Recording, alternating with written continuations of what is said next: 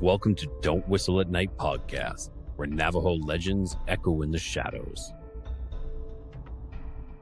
Darren and Dawn will guide you through the sacred fire of native storytelling, where the old stories breathe, the unknown walks among us, and voices, long hidden, rise to be heard. And remember, don't whistle at night.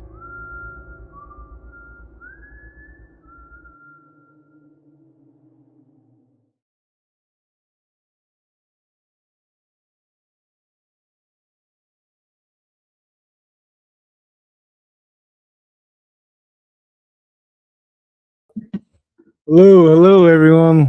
Hello, welcome to Don't Whistle at Night. We are broadcasting live here on the United Public Radio Network. I'm your host, Don Yazzie. Co-host Darren Yazzie. Yep, and welcome to episode number 60. Is that correct? 60? 60 already. Yep, how's everyone doing? Sorry to everyone. We didn't get to make it in time to the concert in Gallup. My apologies, our apologies. Kind of took us a while to get all our chicks in the chicken coop before we come down from the mesa, but it's pretty beautiful out here. You know, time flies. We may have got abducted, time flew just like that, but we are okay. Darren and I, we have our little crew here, and we're going to be wandering around Gallup, New Mexico. So if you see someone driving around, you hear someone whistling, don't shoot. Don't shoot at us again, because last time you guys missed us. I was just kidding. All right. But anyways, but we're going to be around Gallup area. So if you want to say what's up, you're more than welcome to. We have TikTok. We have Facebook if you want to say what's up, and we can coordinate. We do need some live bait. We're going to go we're going to be looking into some scary areas. So is there any announcements you want to make before we introduce our guest? Oh yes, you'll find us on Albuquerque Magazine. We did a photo shoot and an interview today, so that's something to look forward to for us. It's a giant leap. I never thought I would be on a magazine. Hey, here we are now. So keep a lookout. Next we did a photo shoot with Albuquerque, the magazine. It'll be coming out on July 1st, the issue. So if you're in the Albuquerque area, take a look, keep a lookout for Darren and I. We try not to break the photo lens on the photographer's camera. It was really expensive, so I try not to smile. The camera would have cracked if I did. No, I was just kidding. But yeah, we got that coming out, and that's all for the podcast and the community. So we're gonna uplift everyone's voice along with ours, and what you guys hear, we're gonna tell everyone what we hear and what we see. And we have tonight we have very special guests.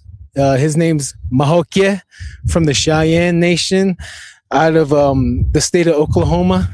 Out of state of Oklahoma. So welcome, please, Mahokye, everyone. Cheyenne brother. Oh, hey. How you doing? Yeah, kiss. Yep, not bad, man. Could you introduce yourself in your language, please? Yeah. So my name is Mahokye. When people normally ask me my name, that's what I give, because that's what I was given at birth. And later on, I finally understood what it meant, and it meant red feather. Name's Drone Koshway, but that's what I always say is the white man's name. And I always what I always say is I'm Cheyenne first. And at the end of the day, when I tell my kids, because they're enrolled into another tribe, and it's kind of sad because I allowed them to be a part of this tribe, and they kind of do more for the kids and able to have more of an opportunity in life. Right now, the Cheyenne Rappos, don't do too much, whether they like it or not. And I'd rather have my kids have more of an opportunity than not being able to have an opportunity. Oh yeah. Yep. We gotta uplift the kids, right? Everything for the kids. We gotta have that arms and legs out for them to climb when there's no ladder. Just put our arms out. Yeah, appreciate that, man. Thank you for being there for your kids and being there as a good example, because we don't have many people like that, on our reservations. I'm not dogging on the native nations, but there's a lot of us that aren't as lucky to experience that, just a father figure. Like, I'm speaking for myself, but I'd like to say thank you again for all that. And Darren, you have any questions for Mahoki? Oh no, oh not really. The question will come up right now. Thank you for jumping on and being with us. Yes, sir. No, this is our podcast, but it's your episode, so the mic's all yours, and whatever you want to talk about it's all you. Well, forgive me for leaning to the side when I do. I'm smoking cigarette, and normally when I have long conversations, that with natives, that comes along with it. So I'll be scooting to the side every now and then. So I'm not disrespecting the podcast or the show or anything like that. So, that, like you said, about having role models and everything like that. That's the hard truth. That truly is the hard truth, because whether we like it or not, you would say, I don't want to be rude and I don't want to be mean. But ask yourself honestly, we were built on truth. We were built on honesty. If we was there 1,200 years ago, would we be rude? No, we would be speaking the truth. If you was living a good life, we'd be praising you. If you was living a bad life, what's going to happen? You're going to get teased. You're going to get joked. There's going to be something there that tells you need to change your ways. But back then, the people helped each other. I mean, we was always there for each other. If a hunter went out and hunted first before the group did, a lot of the times their horses were shot, their bows were broken, their teepees were cut. And when they had to come to the realization that they made a mistake. If they didn't, they would have nothing, because that's what it costs to making harsh mistakes that kind of evolve around the community or a large group of people that are all contributing of that hunt. When they realized it and they came back and they apologized and they seek forgiveness and they truly understood what they were asking for, what happens? Well, the tribe would come back together. They would get their bows back. They would get arrows from someone else. They would get a teepee from someone else that had extra. They would be getting horses back from the chiefs that had more.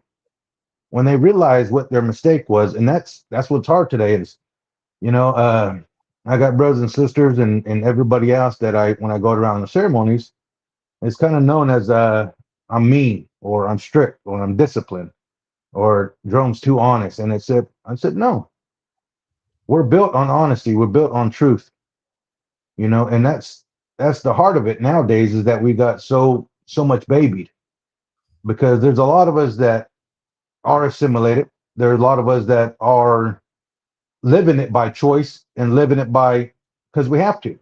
We got no other choice. They would say, well, go hunt, go hunt, go fishing all day like you want, like you was in Oak. Well, we can't. There's so many laws that keeps us from doing anything that we would naturally do. I mean, there are so many things that kind of prevents that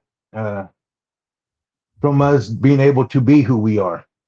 And whether anybody likes it or not, it was designed that we depend on them. It is designed that way. Why else? Over generations and over time, what happens? I heard this expression where a mother wolf gets caught. She gets put in a cage. That entire life of that wolf, she wants to be free, because she's grown. She's out in the wild. She knows what it's like. Once she has babies and they start getting 3 square meals a day by their feeder, when they put those wolves back out in the wild, they're going to die, because they're so used to those 3 square meals, dependent. Now they have to keep them there until they can transfer that back to them. Those wolves are always going to be kind of, in other words, putting their hand out, asking for this, asking for that, wanting free stuff. And that's hard today, because I do my best with my kids, and I got the greatest compliment of my kids. A lunch lady seen my son and said he was the most well-behaved kid of the entire school. And that meant something because the lunch lady is able to see the kid when he's free at school. That's the only time a kid is free at school, is during lunch and recess. Other than that, they have to be bounded by that chair and that desk and that teacher. And it's a tough thing when you're raising kids. You know, everyone has their own demons or their own harsh times and trauma, whatever it might be. And there's others that have good things, others that have, you know, better things. But the hard thing is knowing. I've always said it's how you discipline your kids when they make that mistake. Because you got to understand is that these kids are growing and learning. They don't know what we know today. We lived probably 20 years doing the same things in our homes, but our kids are just now coming along. They don't know not to touch this or touch that or ask this or ask that when we're talking. That has to be taught. And unless we speak to them and explain to them why they got in trouble, what happened when you do this? Hey, son, don't touch the stove. It's on. It's going to burn yourself. Well, he goes and touch it. You're going to have to talk to him instead of spanking him or smacking him, because a lot of the times we almost react. We react at that moment in time, and they don't know we're upset. They don't know what kind of day we had because they're not, you know, we're not telling them. But a kid all the time will ask you what you're doing or ask you for the time to go spend with them. And it's a tough thing when you're not taught that. You know, they'll say, well, I was brought up this way. I grew up this way. Well, you know not to touch a fire. You know that's bad. You know, going out and causing chaos at your age, whatever it's 20, 30, 40, to not go out and do that. You know to stay home. You know what right and wrong is. And then when you're growing up, you know exactly what good is. Your heart tells you. It tells you the right from wrong. But it's our mind. It's our mind that tells us what if, what might, what could be. Our heart already knows. Don't do it. Don't do it. Well, what if I get away with it? Well, why is that? You know, why is that? And we have a hard thing learning, and having role models and having good teachings and having all this stuff. It's not there today because our ways are stricter. Our ways are harder. To live whatever way, whatever tribe you might be, is hard. Anything you learn new is going to be hard, but you have to want it. By the time it becomes something that needs to be done, it's too late. Well, I need to go to the doctor now. I'm my stomach's all crapped up and I've been like this for a month. Well, that's probably too late. Well, it's the same thing, the same concept. And a lot of this comes from when I grew up, I was raised within a family that my last name wasn't a part of the last names that was there. And I was kind of outcast within my own family. My uncle Edward raised me this way. I used to go sit with him all the time. He would be around those old men. My grandpa Ed raised him, who was one of the last old ones of that time.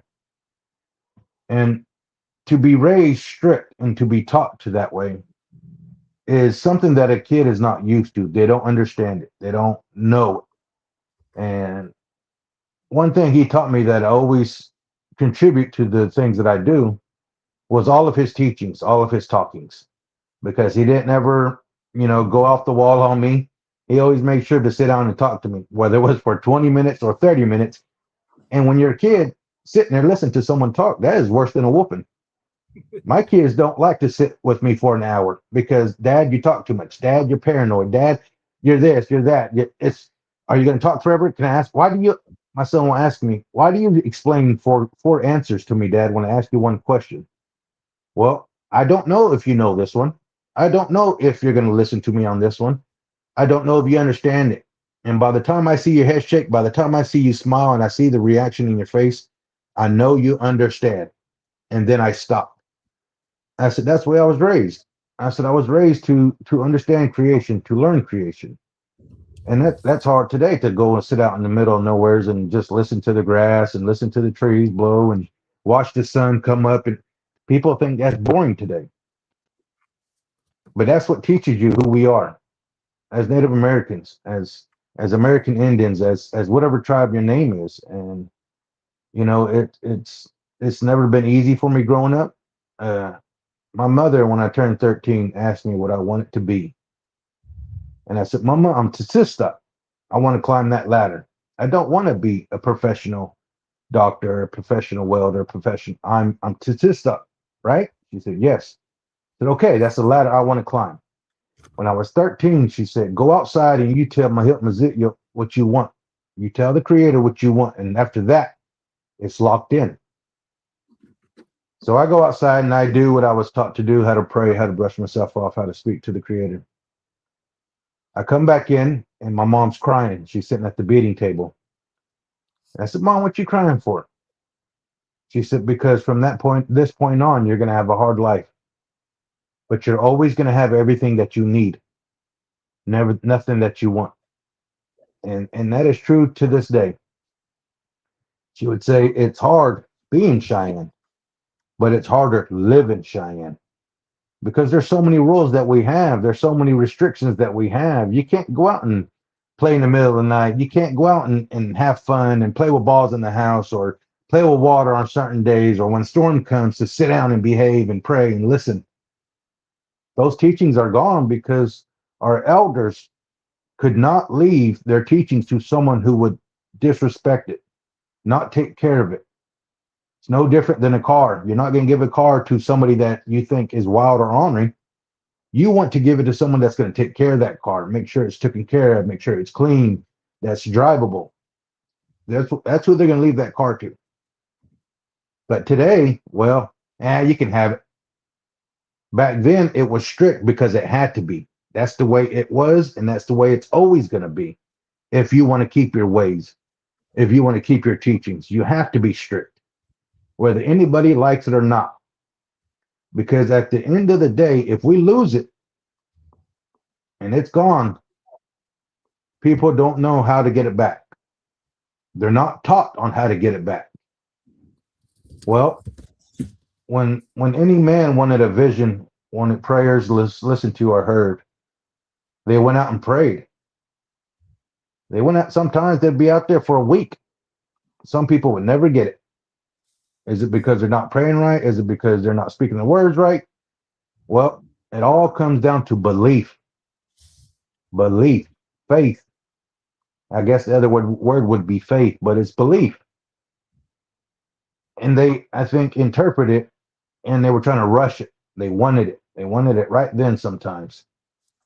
And when you take your time, just like anything else, you lose something in your home, you're rushing around, you're trying to find it. You can't find it because you're rushing, you're not thinking. Once you sit down, you're there for 30 minutes to an hour, you're like, you know what? I know where it's at. And you get that smile on your face and you go find it. Well, it's the same thing with prayers and visions and trying to find our ways back. Is our kids need to be taught and structured in a way that helps them to see this. You know, it doesn't take, it's not hard. It's wanting to do it. It's wanting to do it. That's what it comes down to, is wanting it. If you don't want it at all, or in any percentage that is, there's a doubt, it's not going to happen. It's hard to grasp, and it's hard to really understand on how someone wants something. But when I grew up, like I said, on this property, and I was, becoming bowstring, and I was learning these ways. Well, we was going to my first meeting, and my uncle said, he goes, "Why do you always carry that sheet with you?" And I said, "Well, this is what we're supposed to have. This is what we do. This is how we're supposed." Nope. This is what it is. This is what we have. This is what needs to be done. I said, "Let me out of the car." When we got halfway to the back there to the house to go have this meeting, I said, "Let me out of the car. Let me out of the car." He said, "Where are you going?" I said, "I'm gonna go and get the stuff I need. By the time you're done with that meeting, I'll have all my stuff. When I get back to the house, I'll make it." So he goes and has that meeting, and I found a machete, I went out looking for the trees that he told me. I went out looking out for the stuff that I was needed. I went out and got the things, and by the time he came back, I was waiting at the end of the road for him. Got home, and I made my own bandolier out of wood, taking the time to slowly get it cut, trying to figure out how to drill a hole through this stick without asking him questions too much, or trying to use a drill. It's tough. You have to really use your brain to think of what will work.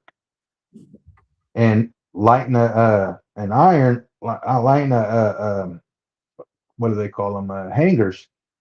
Those wire hangers, sharpening it and putting it through that stick was what came to my mind when I was thinking about it. So over that time, I was having to stop, think, pray, ask, what do I need to do? How do I need to do this?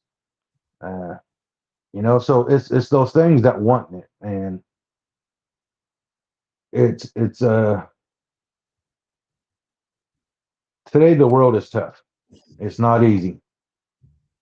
There's a lot of things we don't have. There's a lot of things that are missing. And one of the biggest thing was learning creation. Learning creation is the biggest thing that I can teach anybody. Is watch the elements, watch the trees, watch the ant come in and out of that hole, watch how the grass flickers in the wind. Listening to the birds, listening to the wind blow. You're going to hear things. You're going to see things. If you're sitting there and you're praying and you're wanting it, you're going to hear things that you didn't think before. You're going to see things happen in front of you, and you can shake your head because it looks unreal.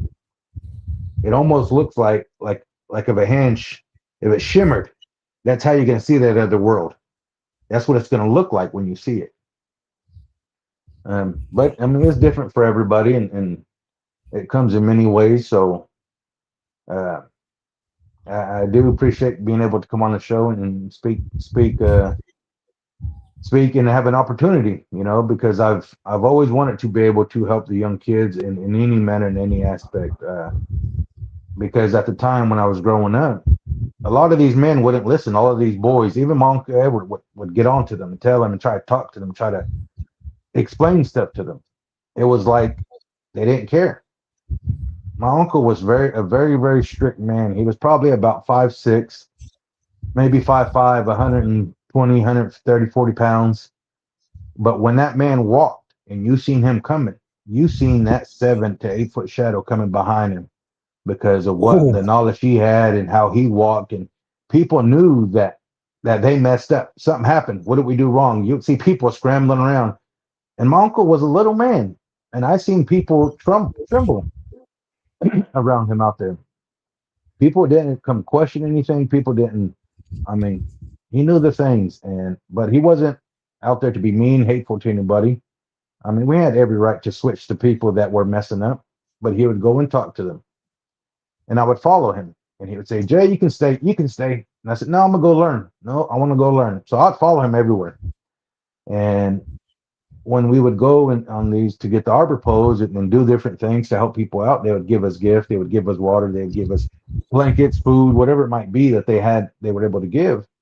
I would get all of it, and I would take it back to him, and I'd go put it down in front of him, and he would brush it off. And after about damn near 15 times, "Jay, why are you bringing me this stuff?" And I said, "Well, all of the stuff that I gave you is for the questions I don't have right now. When I ask you, all this is payment. I don't want to have to give you nothing later." I said, "I'm giving you everything in advance." I said, "Because right now, Uncle, I don't have questions." I said, "But when I do have questions, I want them to be answered." He just sat back and smiled and said, "Ha ho, all right." Threw his hand at me in the ha ho motion, and I said, "All righty." So after that point on, man, I started to learn pretty fast and pretty quick about these things because my uncle was, I believe, 56 when he passed, but he had the knowledge of a 150-year-old old man. I mean, there was so much stuff that he taught me that no one knows, that it's hard to give all this knowledge out to one person. Not one person can handle this knowledge. And I'm very thankful that I got 4 boys because each one of them is getting that 50%, that 25% that they need to have. And I raised them to understand that they're all that they got. our kids, when we have kids, they don't understand aunties and uncles. They don't understand the other families that they're related to. And when your family member passes away, they're not going to come and how do I explain this? Um, when I pass away, there is no obligation of my family to come and help my kids, come and make sure food's on the table, uh, bills are paid, nothing, because I am here. That's their obligation. What I built with them is their obligation. What I brought is everything that they see that they're going to come do this.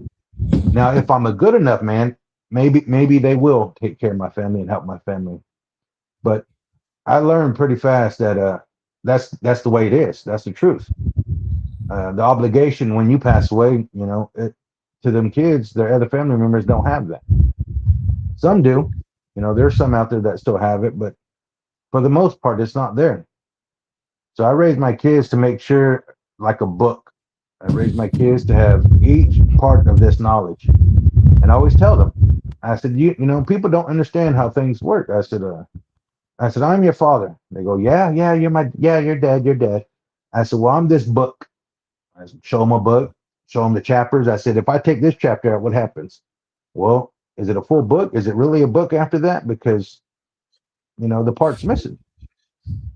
And I said, when you kids all come back together and you're sitting down and you start talking about how dad was, what dad was like, I said, right, without you realizing it, I'm right there in front of you.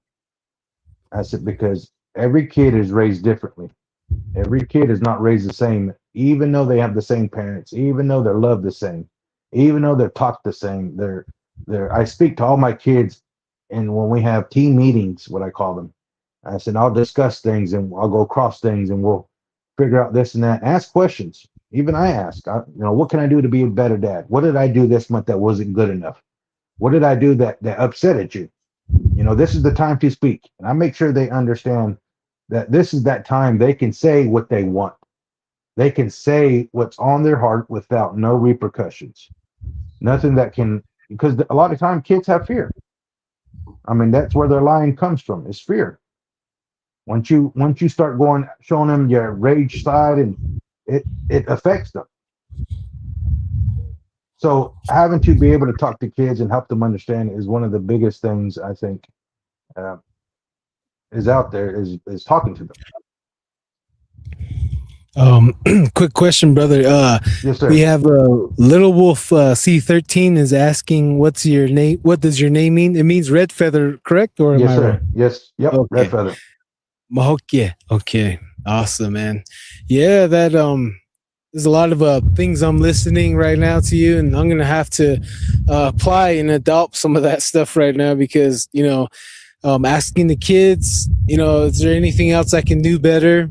Instead of me asking, I look at their face, just study them. Mhm. Like, all right, is there anything else? Like I be asking them what's wrong, and Yep. they're kind of like me in a way. They're hard to open up. Oh yeah. Oh, I mean, yeah. and that's because of that fear. I mean, that's where it comes from, is being able to. My kids, they say, my 13-year-old, he's a boy. He starts to talk back, and I was like, man, why is he talking back? Is it just because he's getting older? It's his testosterone.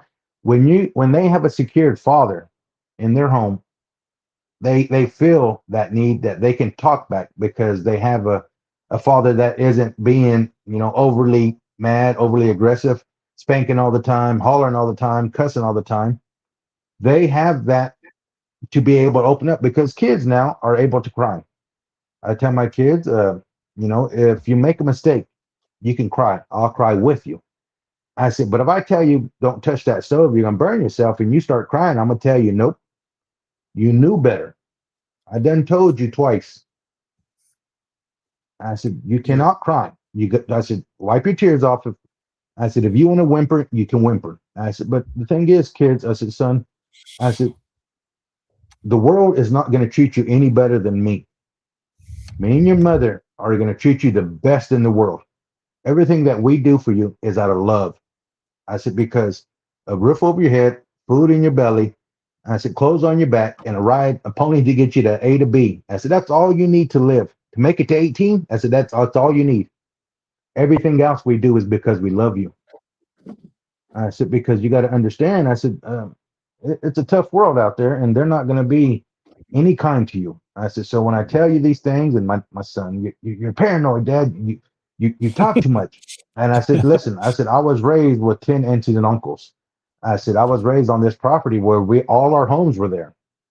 People used to call it a compound, people call it a village, but all our homes were within 100 yards of each other. And I seen how families were raised. I seen when there was 3 kids in a family, 5 kids in a family, 4 kids in a family, boy, girl, 2 boys, 5 boys, 3 girls, 5 boys. I seen how these families evolved throughout the time that I've been out there. I seen how fathers spoke to their kids. I seen how mothers spoke. I don't know why I was blessed seeing all of this and being able to really understand it and grasp it. But I was able to see all of that. So when I tell my kids, I said, no, I tell you this because it can't happen. I said it can't. It's tough and it's hard. I said, well, everything that I'm telling you, what makes it so sad, I said, is that I have to wait until you're 18, until you're 30 to really understand what I'm saying. I said, and don't let me pass away by the time you say, you know what, my dad was right. You know what, Dad, I am sorry. I said, because it could be too late. I said, and that hurts you. That will plague you. I said, my dad drank most of my life. At the time he passed away, I was 23. He drank until I was 23. And I said, the last conversation I had with my dad, I said, it wasn't nice. I never liked to talk to him drunk. I always told him, call me sober. I'll talk to you all day. Call me sober, Dad. And the last time he called me, he was telling me I love you. And my dad, prior to that, I've never heard I love you. I've never heard it. It was wild, but it was crazy because, I would see it within other people and other fathers in these different homes. But my dad's trauma, what he grew up with, was different. And I didn't know who my dad was because sometimes overbearing parents can make another parent back off.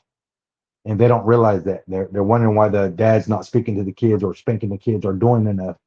And it's just vice versa with women. If a dad's being too protective to inserting himself in the mother's discipline or the conversation or whatever it might be, it makes the other parent back off. And by the time they realize it, it's too late. So I seen that within my father, and wasn't until I moved over to where his homeland was that I learned kind of a little bit more about my dad and the trauma he went through. And I said, so that can affect someone all their lives. And yeah, it's just a thing that you have to learn through. If you learn creation, you'll learn things happen. You'll learn that that's the way it is. It's not that it's making you desensitized. It helps you understand exactly the way life is. And whether we like it or not, on this earth, on this created earth that we live on, everything that we was taught by our grandpas and grandmas is true. And it will always be true until the day this world finally explodes. Until then, no matter how far we go in the future, no matter how many billions of years, our traditional ways with medicine, with visions, with prayer, with talking to animals, with all of these traditional ways that we have, as long as we're taking care of it and we're keeping it and we're making sure that we're keeping the stuff that we need, it will always be here and it will always help you because you was given away first before you learned any of the ways that are today with all the different religions, different ways of life. You were given away.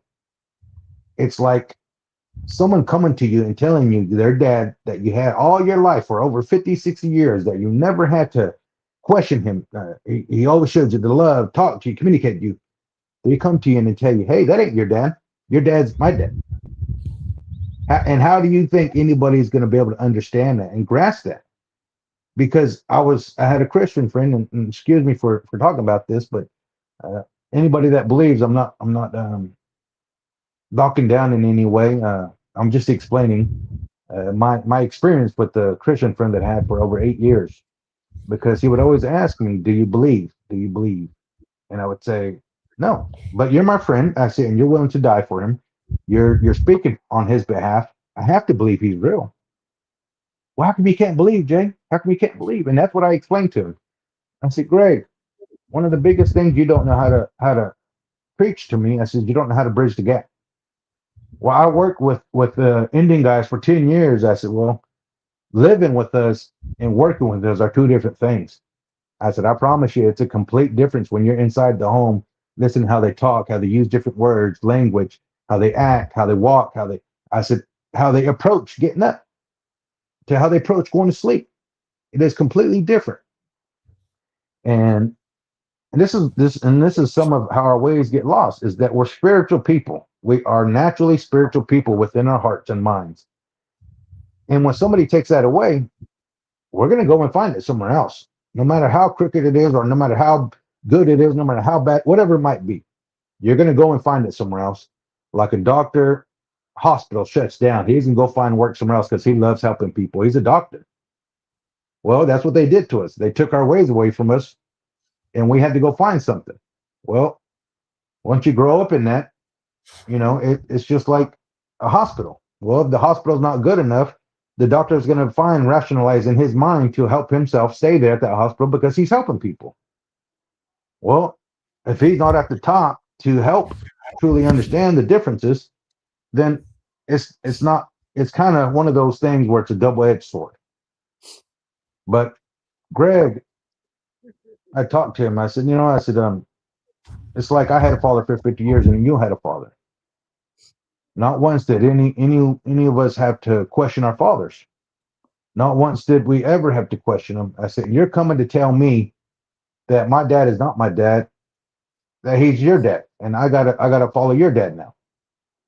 Well, that's not what I'm saying. I said, well, I understand what you're trying to say. I said, but you got to understand, you don't know how to bridge that gap to help talk to me, help me understand, to help me learn.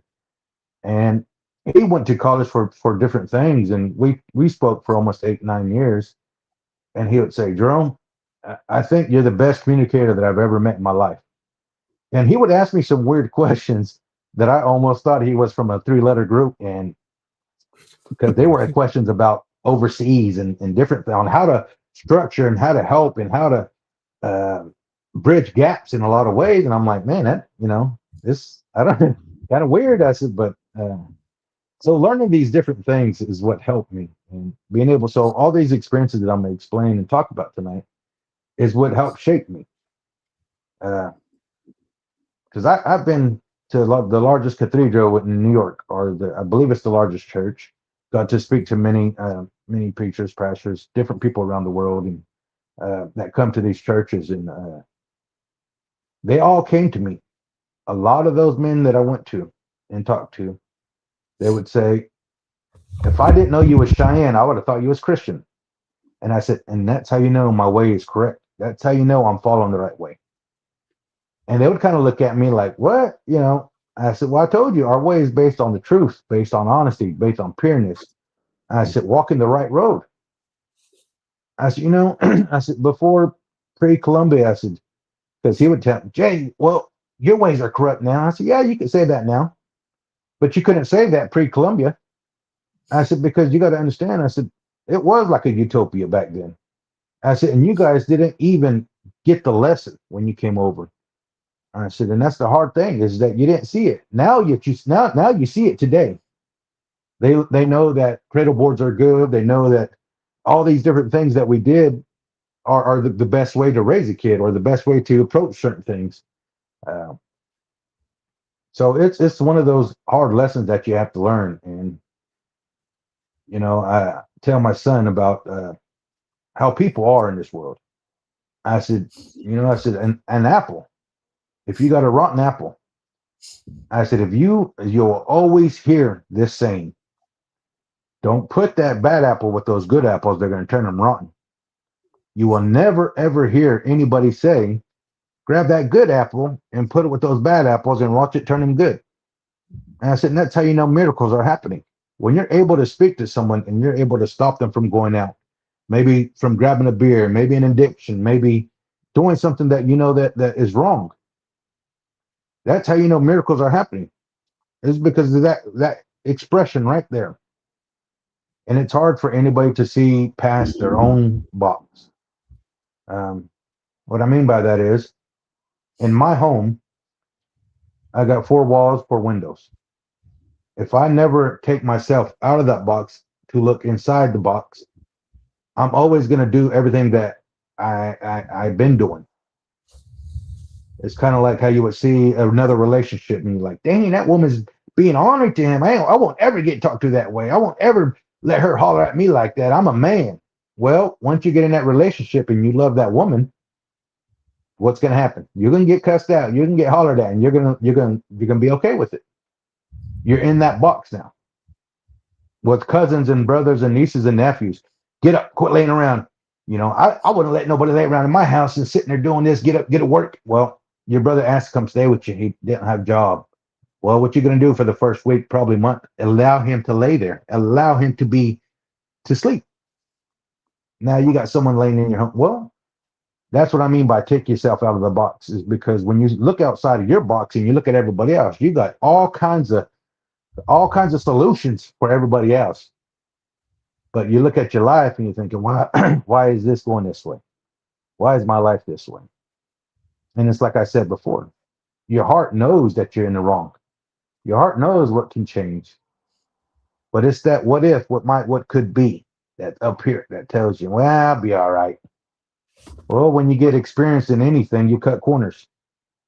The newbie is always going to want to do things right, do things correct, like your kids. After they brain develops after 7 years old and they start opening their brains and they start asking different questions. They start asking, want to know different answers.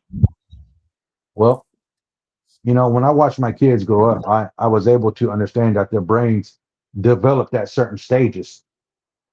Things would happen differently. They would ask questions differently. They would approach different things in a different manner than they did before. And if you watch them, you'll understand the stages that it happens in. So you're able to speak to your kid in a way that he's able to be spoken to. You don't go to an old man and start talking to him and hollering at him like he's your son. Get up, go get that water up. No. Hey, sir, how you doing? Nice to meet you.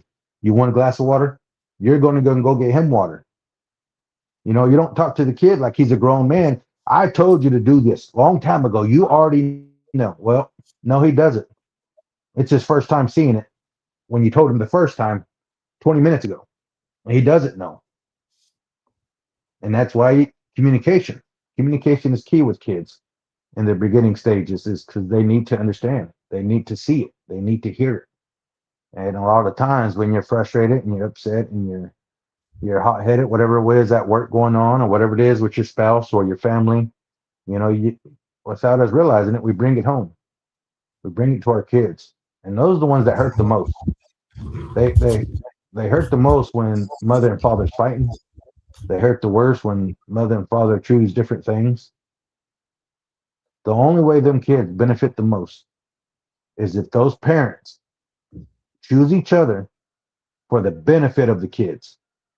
Because when mom and dad's happy, the kids get to go to the zoo, they get to get candy, they get to get pop, they get to enjoy the time they have with you. But when all this stuff is happening, they see the worst of you. And we don't realize that sticks with the kid. When you do that at the stage that their brain is awakening, they remember that. Then when they get older, that's the way it was for them. Just like me. I remember, I'm the baby of 6. I remember getting my hind end busted a lot.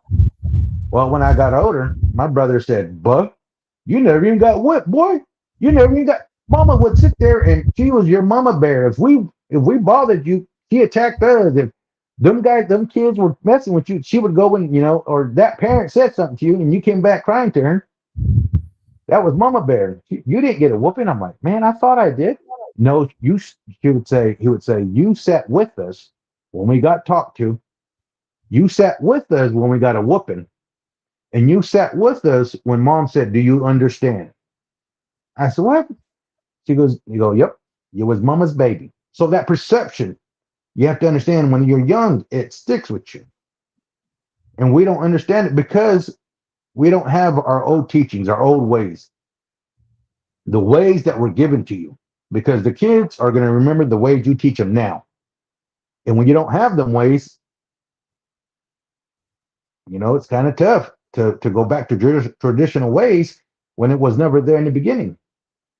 And a lot of people that are learning traditional ways will split off. And then when they come back 60 years old, 50 years old, they want to be at the top of the food chain and saying, well, I was this when I, nope, you got to go all the way back to the beginning where you started from. Where you left, you have to start there. Mm-hmm. Everything we do and everything we have is earned. Everything.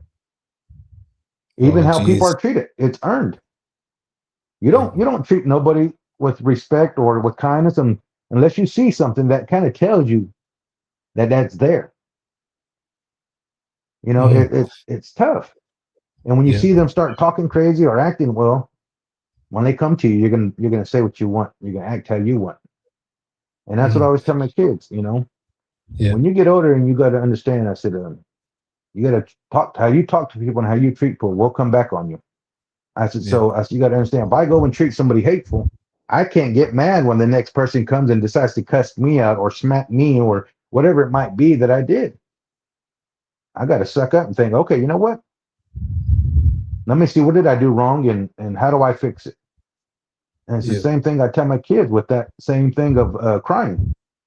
I said, what you have to do is stop and think what you did. What did I do? How do I fix it? Because it's the same thing with the team meetings. Okay, well, Dad, you holler too much. Okay, well, why did I holler? Because we didn't listen. Okay, well, how many times did I tell you before I hollered? 4 times. Okay, so am I in the wrong or you're in the wrong? We are. Okay, now that we fixed that, I will calm down my holler. I will do my best to help you understand a little bit better. All right. Yeah. What are you not understanding?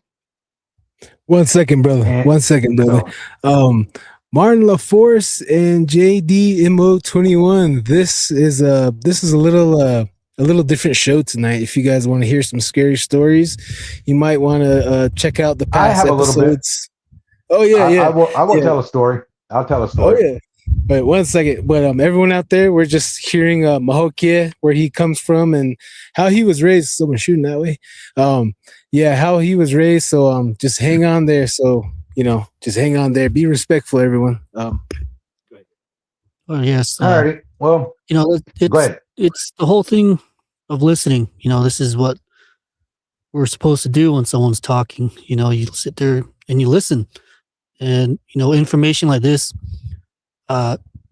people will use. They'll go back to this episode and they'll listen, and they'll meditate on the words. They'll think more about the words later and how to be a better being on this world, this earth, and how to live together as a family group, and not even as a family but as a community when it comes down to it.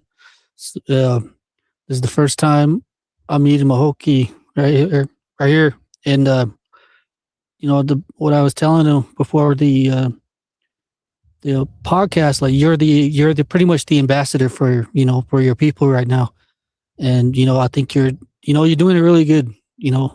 I'll probably go back and listen to this. May not be tomorrow, but when I have kids of my own, I'll sit there and I'll think more about it. And this is a good framework to hold this information, the lifestyle. And it's hard to explain, the native mindset to non-natives, and it's difficult to explain, the culture. And this is a pretty good format, I believe we have right here, not just on the spooky side, but on the traditional life, the life. And this is great. This is really good information for everybody to hear. So thank you. Thank you again. And you can keep going. Yeah. So I should have explained how I talk. So if there was a question that wanted to hear spooky stories, I didn't mind, telling one. When I speak, I tie it all together. It's a habit that I have when these old men would come out to the property. They would talk with my grandpa. These men all would talk. All old men would talk anywhere from 6 o'clock p.m. all the way till 9 o'clock the next day, just drinking coffee and eating cookies all night, getting sandwiches made to them, bringing it all out there. Our family was very. I come from the arrow keeper family, and our ways, the way we grew up, was very strict, and we were always told, pick up this, pick. I mean, we picked up trash on the first 10 acres of this property every Sunday because we were told you don't want the white people to see you this way, you don't want them to look at you that way, you don't want them to say nothing about. I mean, we literally, they would get all of us, and we would have to go from the back of the last house all the way to the front. And it was probably, I would say, 1, 2, 3, 4, 5, at least 6 acres picking up trash, whatever might have been there. But when I'm speaking, I will speak about almost 3 to 4 different things, and I tie it all together at the end. And I do that because not everyone understands the first time, and it takes 3 or 4 times for someone to finally understand what you're saying. And micro reactions, that's kind of what I would look out for. But because I'm talking to a camera, I'm not able to see everyone's face to know that we can move to the next stage. But I'll tell this experience that I had with Bigfoot. It was an experience that I still keep today. I still have dreams about it. Like, it's weird. Like, I will have dreams of how close he is, messing with my family. Sometimes we talk, sometimes it's scary moments, sometimes he's saving me. I mean, it's been like that since the day that I started experiencing him.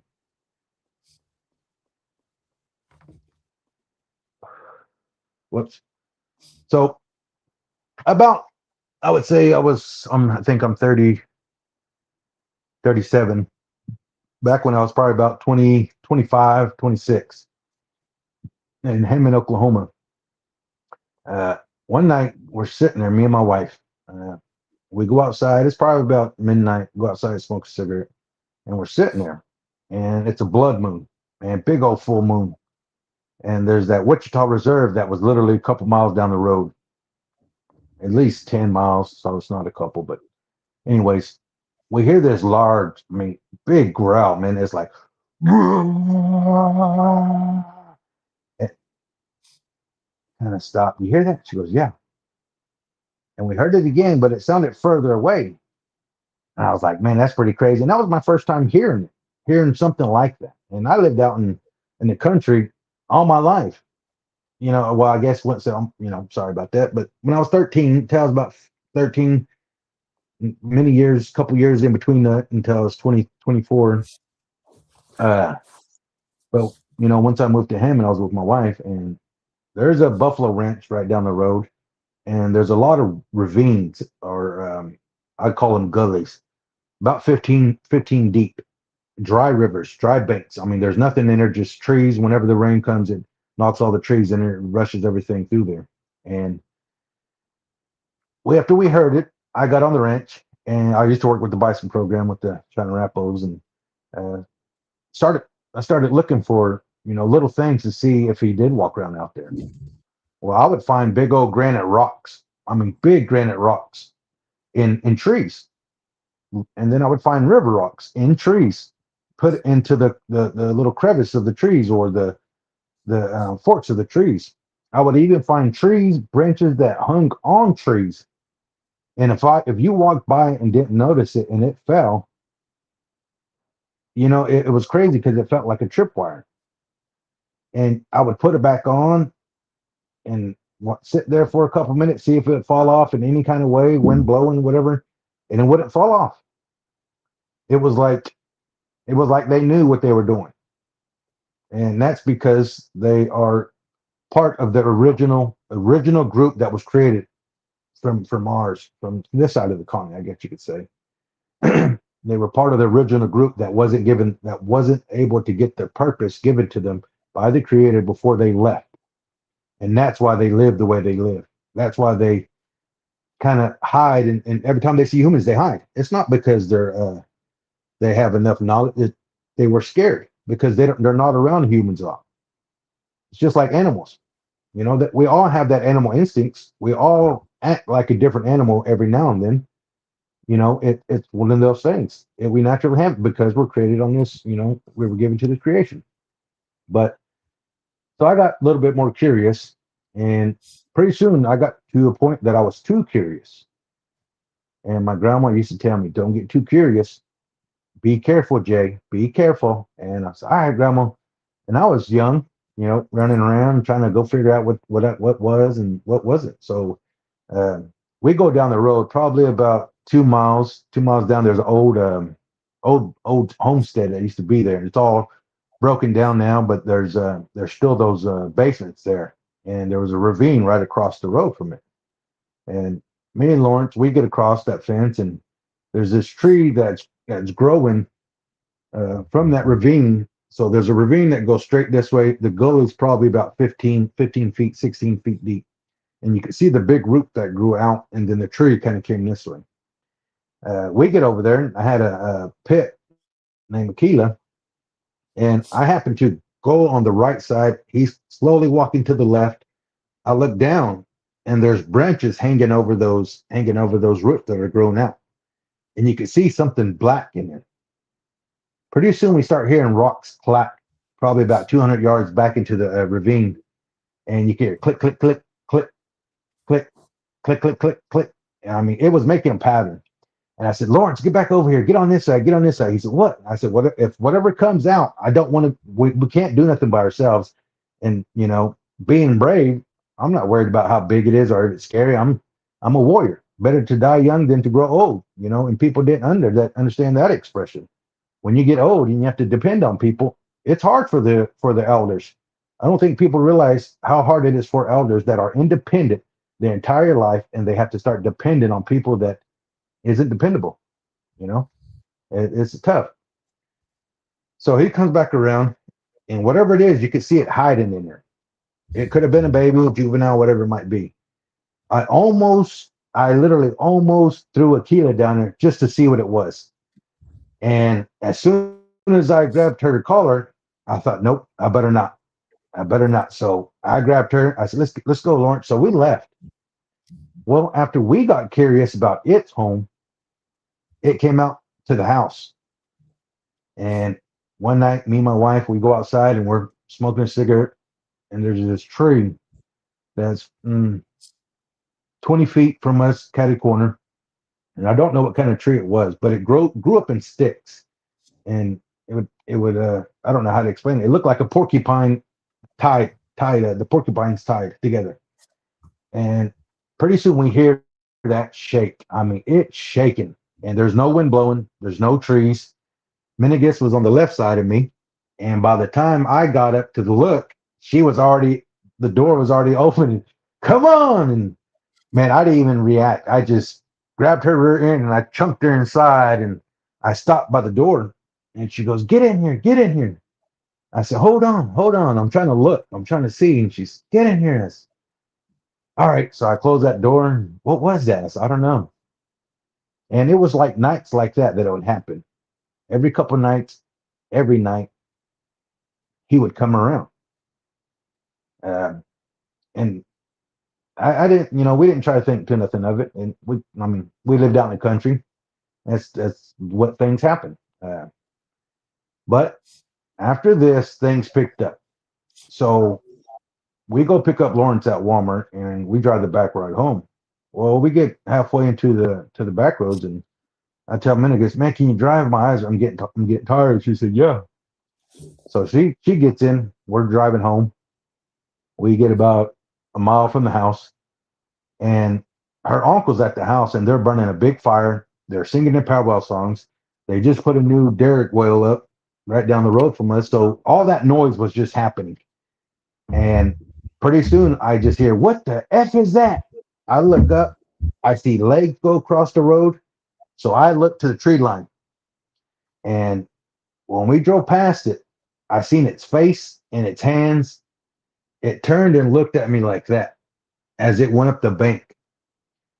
When we passed it, there were some big old bright red orange eyeballs that we passed. And we kind of freaked out. We get to down there and we tell them what's happening. we tell our uncle and them, hey man, we just seen Bigfoot.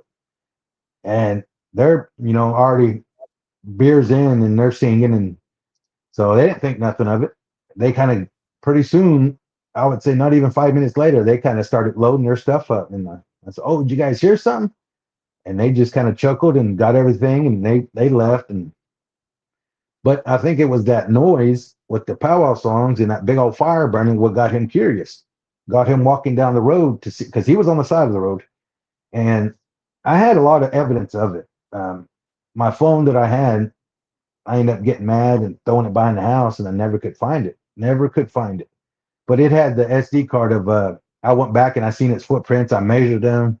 Did a whole documentary like I was some National Geographic guy, and I sent it to all my family and said, "Hey, look what I found." So it picked up after that, and it got scarier because I could not sleep for a whole month. I mean, I could not get up and go smoke a cigarette. We had a window by the end of our bed and then on the left side of our bed. And there was times I had to use the restroom in the middle of the night and I could not get up. I could because I was so terrified. I said, man, maybe he's at that window. What if he grabs me? And my wife would say, call me names, trying to get me to get up. And I'm like, nope, man, have you seen its face? I said, you would feel the same way. And she said, I did see it. I said, no, you didn't see his eyes. I said, his eyes were big and black. I said, they were cold black. I said, you seen the reflection of his eyes. And so after about that month, I go and speak to my grandma. I ask grandma, this is what happened. This is what's going on. And she, starts speaking to me in Cheyenne and nudged me. And I said, well, what can you tell me about it? And this is what she could tell me in English. She said, be careful what you say to him. Be careful. Don't say things that's going to offend him. Don't do things that are going to offend him. And she goes, and if you see him, don't you run. She said, you look down to the ground. Whatever you got in your pockets that you're able to give, you give it to him. You tell him you're sorry. She said, and she taught me words in Cheyenne to say to him. She goes, speak to him in your language. He knows your language. He knows who you are. I said, really? She goes, speak to him in your language. He understands you. And I didn't, pay attention to that part too much. But the other half, she said, I can't tell you. The other half, I don't know how to translate it in English. There's no words for it. So I said, okay. She said, but you be careful. She goes, you don't like what these white people are doing, destroying this world. She said, I promise you. And I said, all right, Grandma. So I go back now that she kind of told me what was going on a little bit. I go back to work. Everything kind of seems normal. Well, I'm driving down the road and there's this tree that was knocked over, pretty good size, probably the size of my head. And I go back down there and it looked like it was deliberately placed in the middle of the road. So as soon as I get to that tree, I'm calling my Auntie Eva because I was going to tell her about it. And pretty soon I look up and you could see this cedar tree at that old homestead, but there was a dark spot in it. It was like he leaned himself into that cedar tree and was trying to hide himself. And then pretty soon I heard this, what sounded like a screech, monkey growl, like a gargle, like a hoop, and like a man. It was all of those in once. And he whoa. And I said, Antila, he's still here. I'm kind of freaking out, like I'm literally shaking. And she said, pray, put tobacco down, pray. So I'm talking. I finished my prayer. I put that tobacco down, and then I hear like a hoop, like a whoop. Wasn't really loud, just like almost like he heard me, like he understood. I guess after that, I told him I was sorry for getting too curious. I told him I was sorry for coming into his home and seeing his, whatever it might be, his kid or whatever it might be. And I explained to him I was curious. I said, I'm sorry. I said, but I don't know what you are. I don't understand it. I said, so I'm not being mean or hateful. I'm not trying to attack you. But if my curiousness gets the best of me, I said, I need to let you know not to harm me, not to bother me like this, the way you're doing. I said, because I wasn't trying to come and be disrespectful, trying to harm you in any kind of way. And I said the words that my grandma said, saying Cheyenne, and after that, it was like the experience got better. It wasn't so much as aggressive as it was before. There's many stories that are in between those.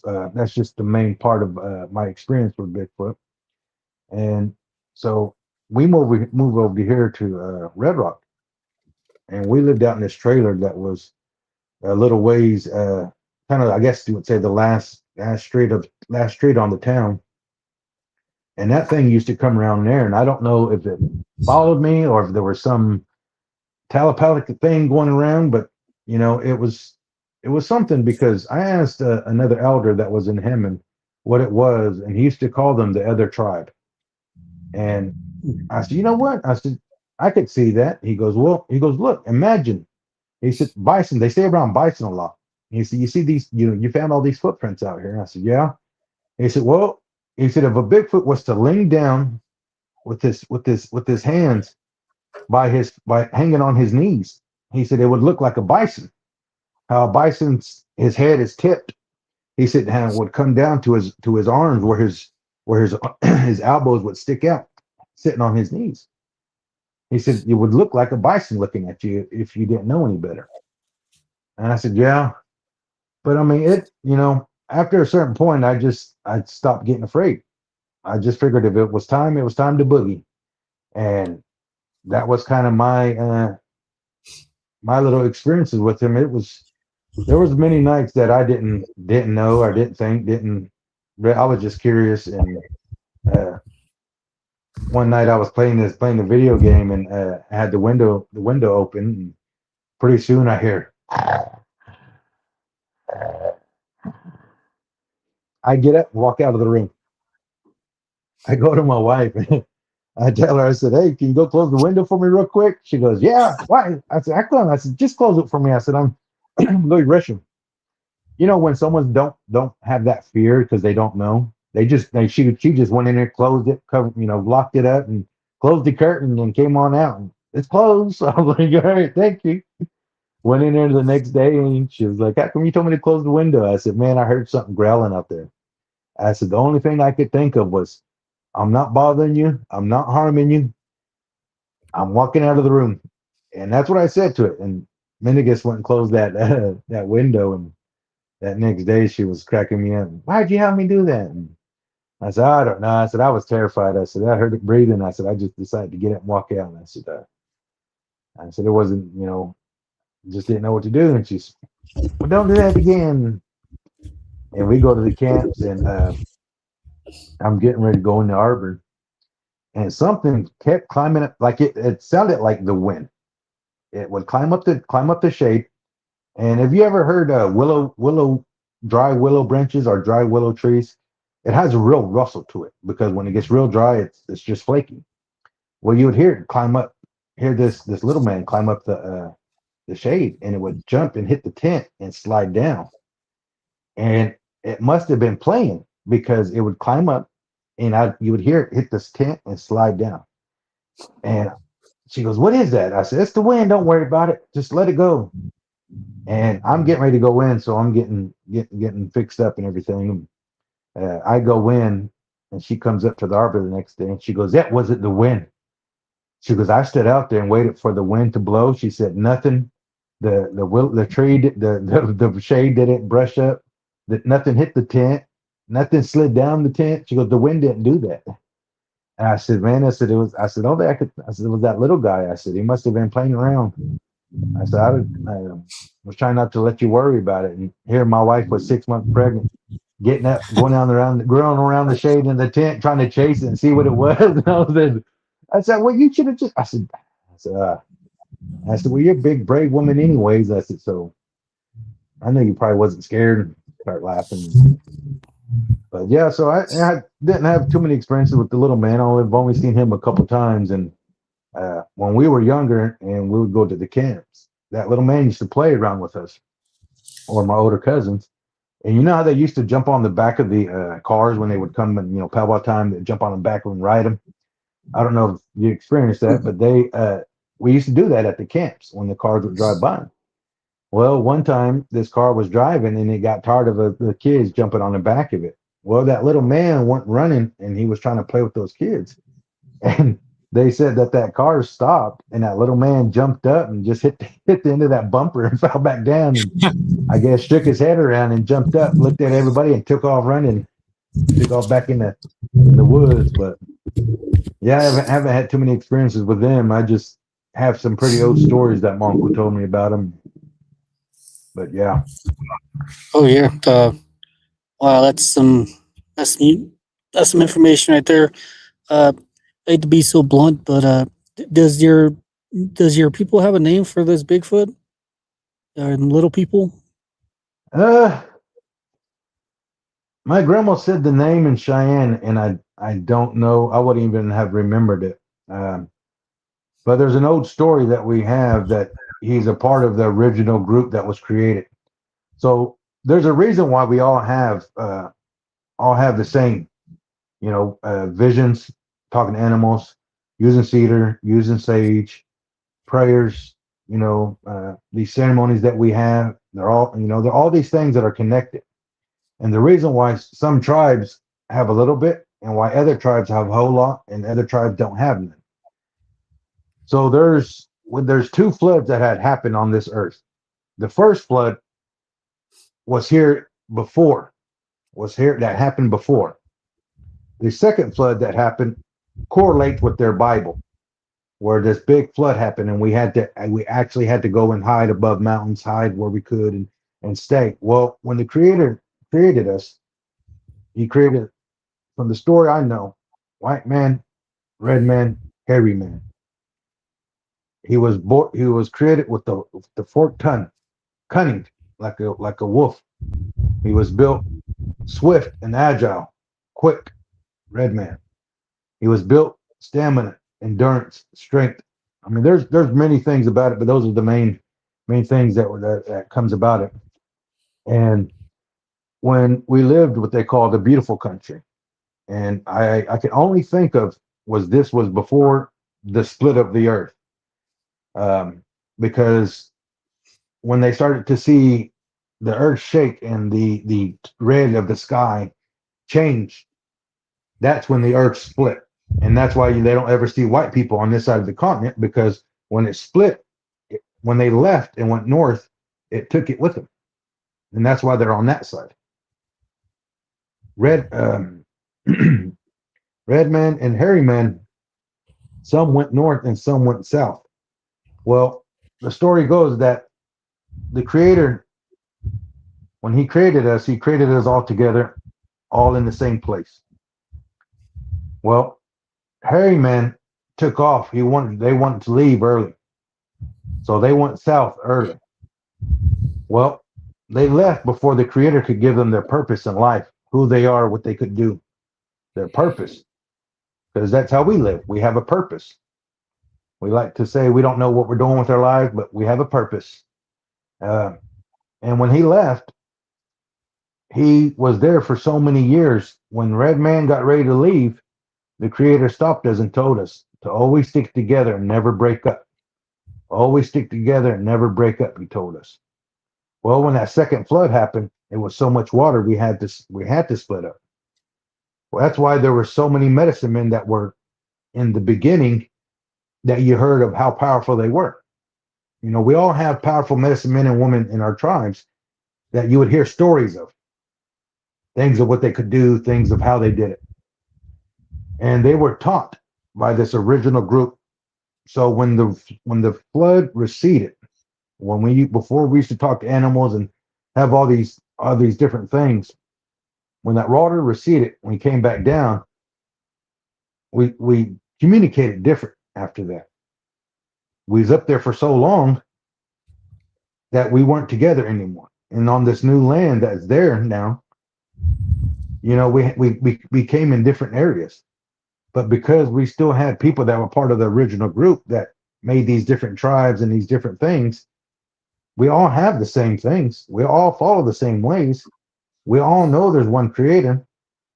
It doesn't matter what fence you jump, there's one. So that's the story I know of him. And there's going to be things I'm not going to finish because there's things that need to be kept. And then um, even with telling stories of lessons and experiences, there's things that we have to learn our own. That's for us because my cousin one time he said, I'm gonna help you change your brakes. It's okay. Well, he changed them for me, and I'm like, started laughing. I said, I thought he was gonna help me. He said, well, I thought I'd just get them done for you. I said, well, I'll never learn. I said, you should show me and talk to me and show me how to change them so I'll know, so I can learn my mistakes of what I did wrong.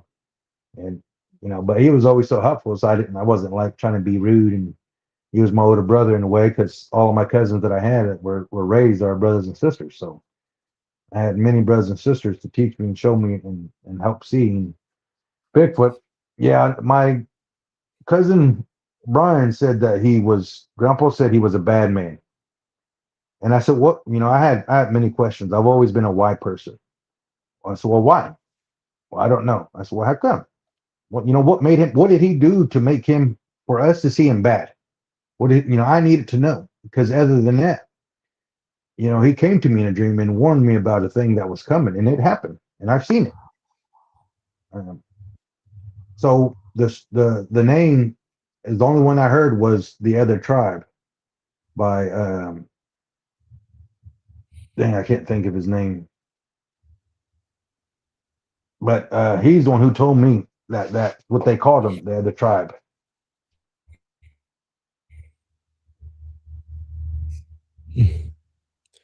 Uh, one of the when we were chatting on the phone earlier a couple days ago, you told me a story that back in the day, the Cheyenne used to be in Colorado and the Navajo used to be in Colorado too. We used to coexist for sure. And you told me a story that we had some disagreements at one point in time where we used medicine on each other and we made peace afterwards. And I was just wondering if you can share that story here with us. Well, there.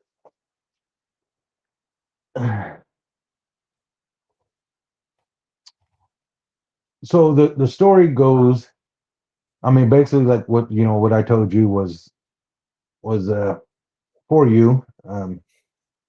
It was one of those things that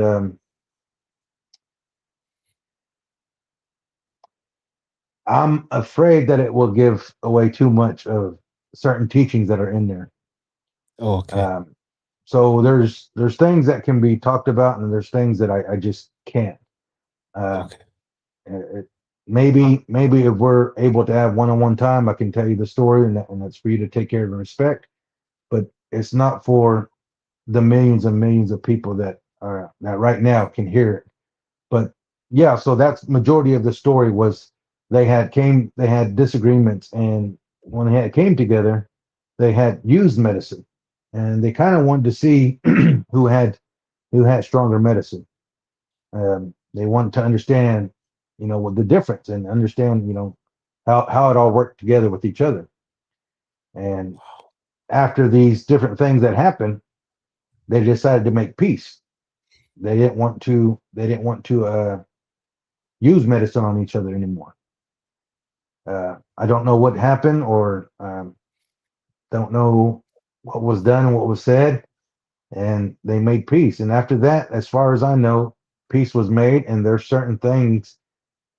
If I go out west, there's certain things I got to take with me, certain things I got to have with me, that allows these other spirits that are there to know that I'm Cheyenne and not to bother me.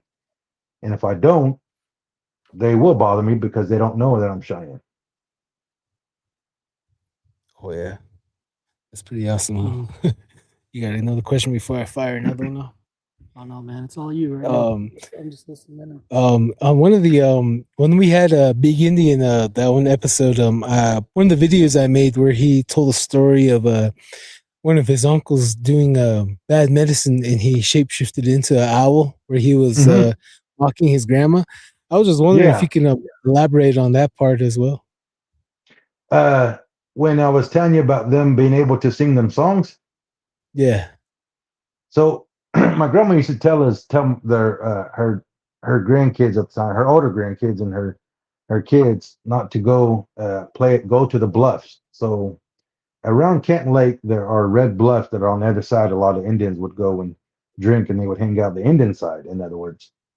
And she would tell them, don't go over there. Don't go and drink over there. She said, them owls, they will remember your songs. And they didn't think nothing of it. They went over there. There was a 49 happening. Those men were singing their songs, and pretty soon they started hearing those songs up in the cedar trees. And it freaked them out that they could hear clear that they were singing like they were. And they loaded their stuff up and they left. And owls, the horn owls, this is something that I've never learned or truly understood the real meaning behind it. But they used to always say that these horn owls had battle with Cheyennes at one point in time, and to this day, we're still considered enemies to the horn owls.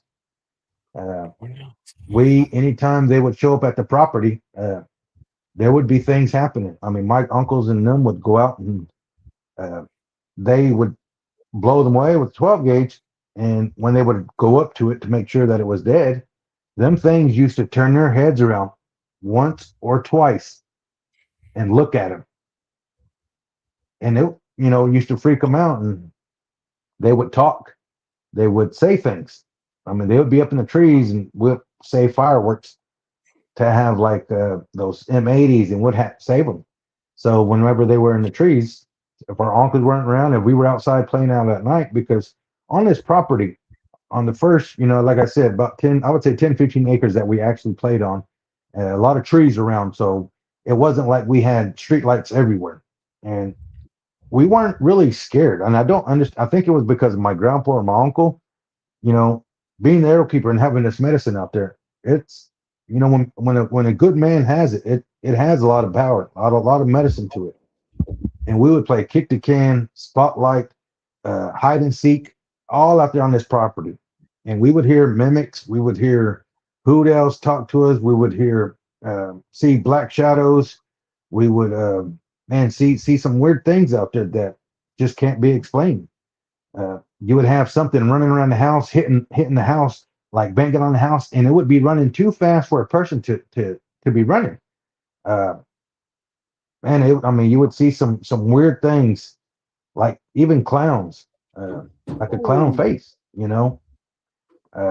So those hoot owls used to mimic these things. And one night, my sister comes in the house crying, and she's crying. And my Aunt Eva, she comes down and she checks on us. And my mom and dad went bingo. They went to Oklahoma City because that's the only place they had bingo.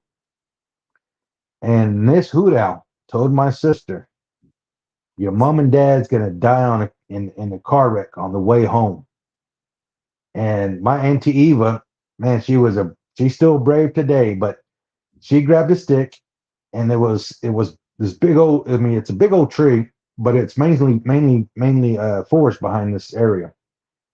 My Auntie Eva just got her stick, started hitting that against that trailer and walking around cussing. She went all the way back there in the back of the woods.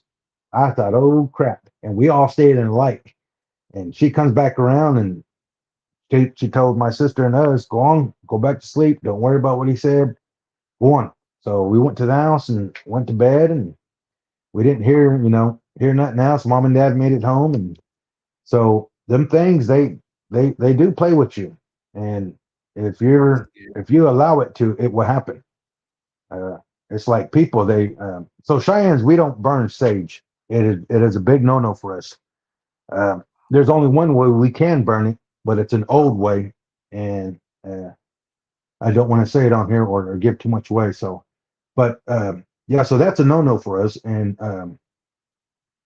we burn cedar in the house, and there's certain things we use with this. We do with the cedar that completes everything for us. And those hoot owls and these different things that you hear, man, it is scary. Now that I thought about my home, and when we used to play, I was left in a cedar tree for 2 hours when we was playing Spotlight out in the middle of nowhere. My cousin just said, hey, I'm going this way.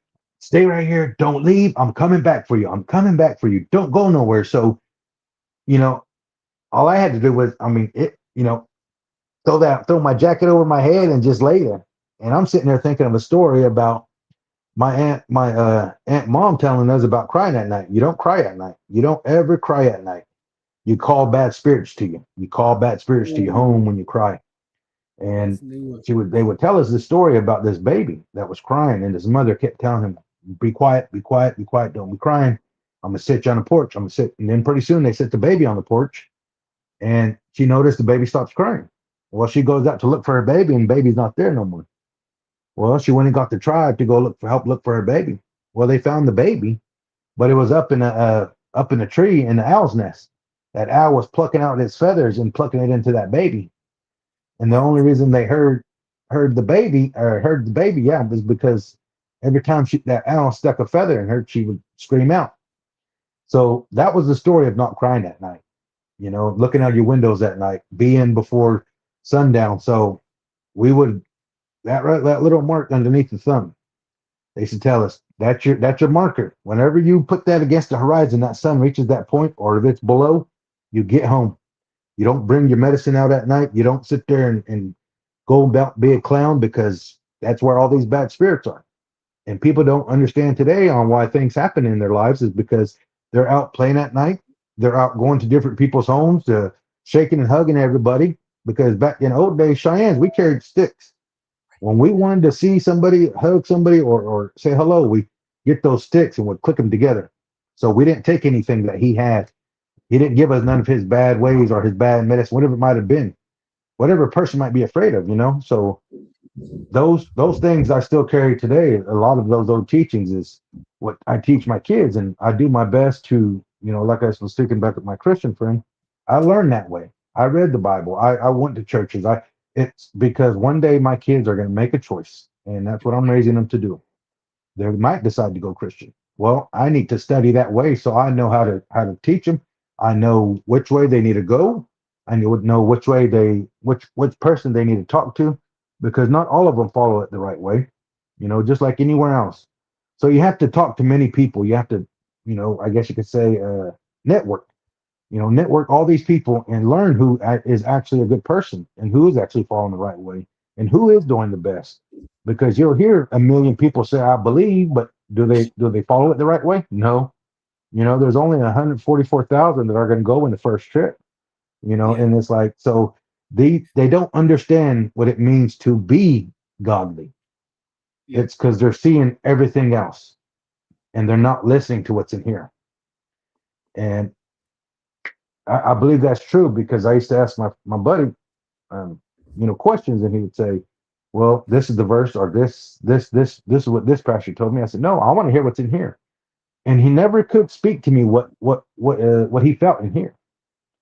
I've learned Oto way, so in case my kids decide to learn this way, I try to grasp it and understand it. But because of how our people died and they took these old ways, there's not a whole lot that they can learn from.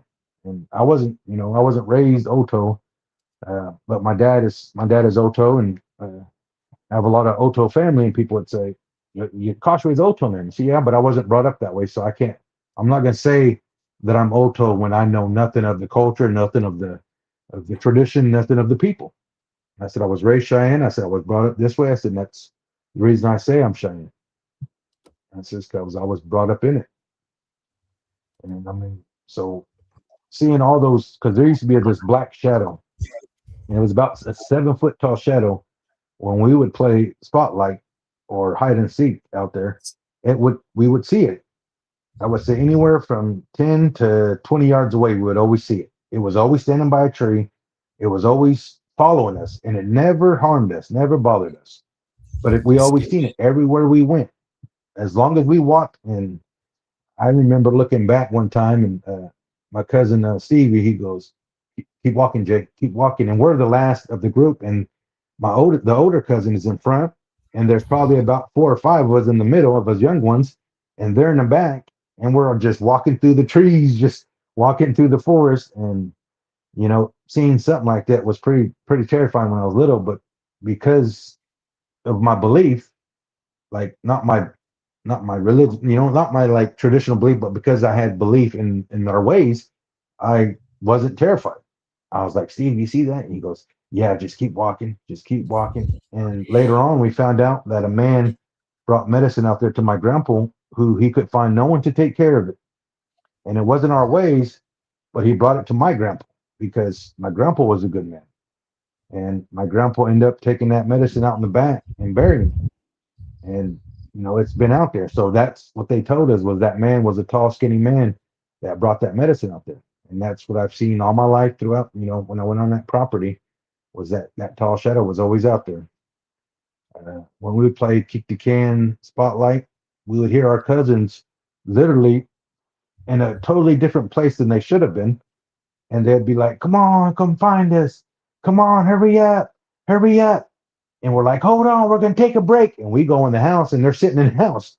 And we're like, you guys, how'd you guys get here? And they're like, what do you mean? We decided to take a break. We couldn't get something to eat at grandma's house and we're going to get some pop and we was going to come and find you guys.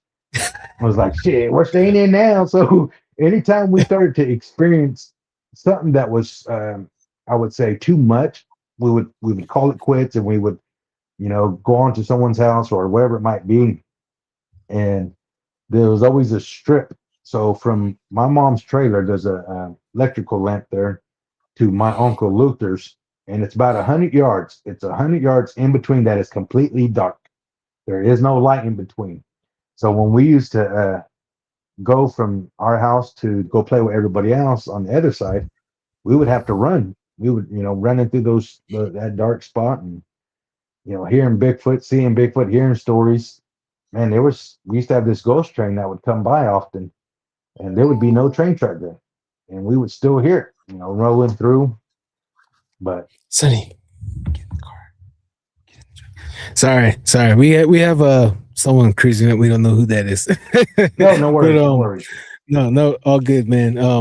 Well, I have a question. You said that you seen a clown, right, or a clown face as well? So one day, my uncle Edward comes home from the ceremonies, and there's things that he has in a shed outside his house. And this was in town of Watonga. So it wasn't like he was out in the country. It was in town, and he has this big tree sitting outside his house by this shed. And he goes out to go and get these things he needs out of that shed. And he gets halfway to that shed, and it pokes his head around that tree. Ooh. And he said, I just stopped. And he said, I was staring at it. And he said, I stared at it until it put his head back around that tree. And he said, so after he put his head back, he said, I backed up, went in the house.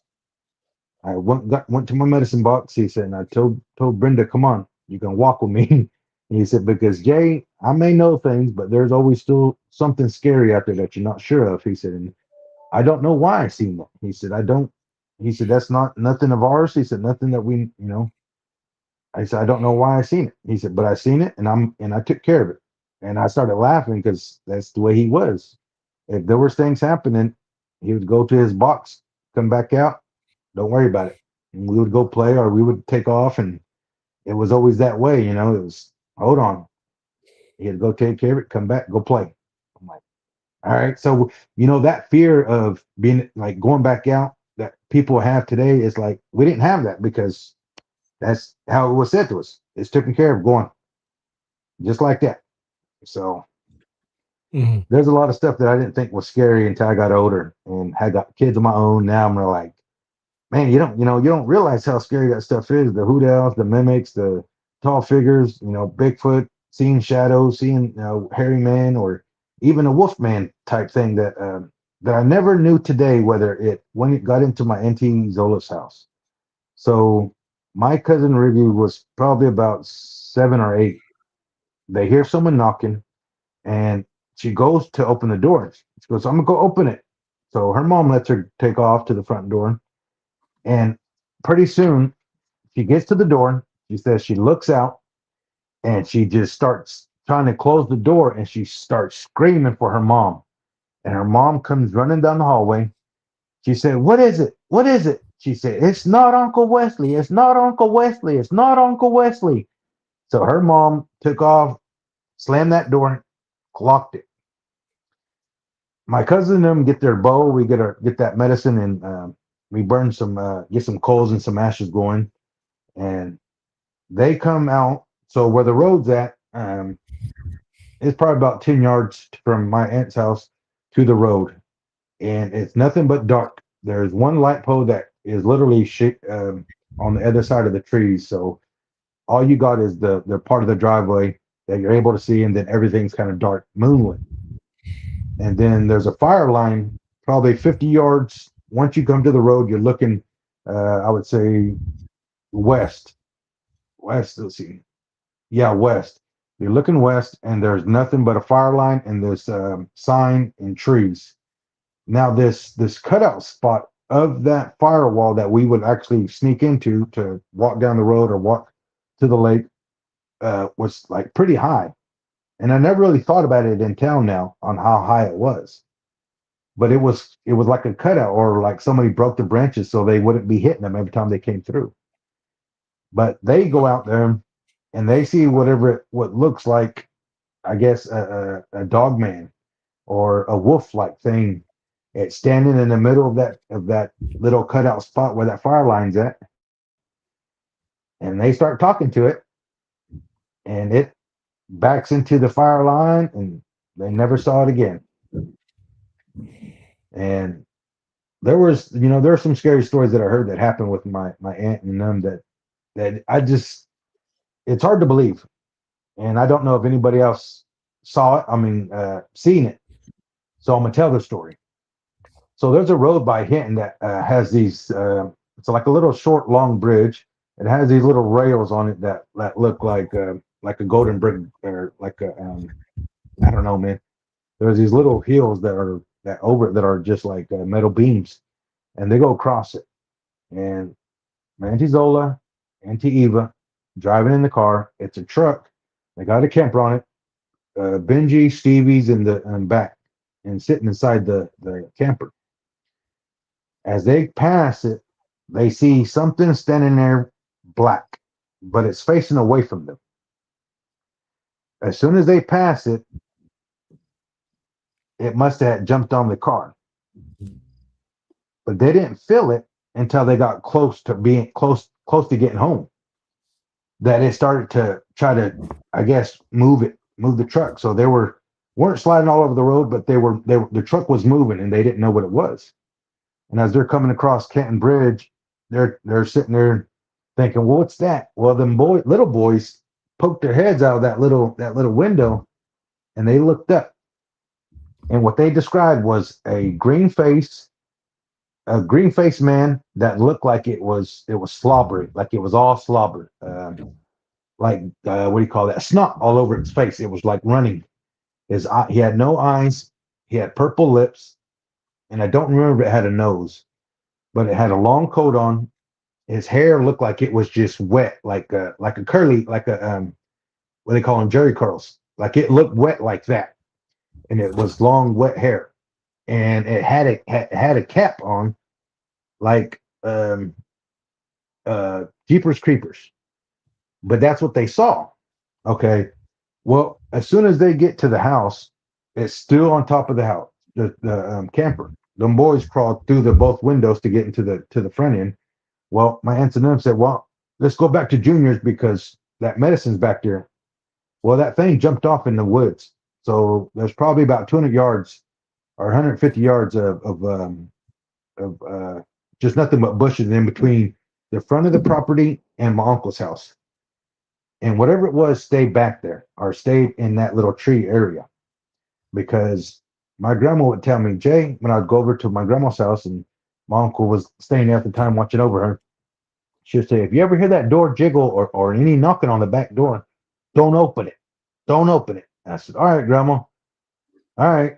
And every now and then you would hear that door jiggle, something like try to get in.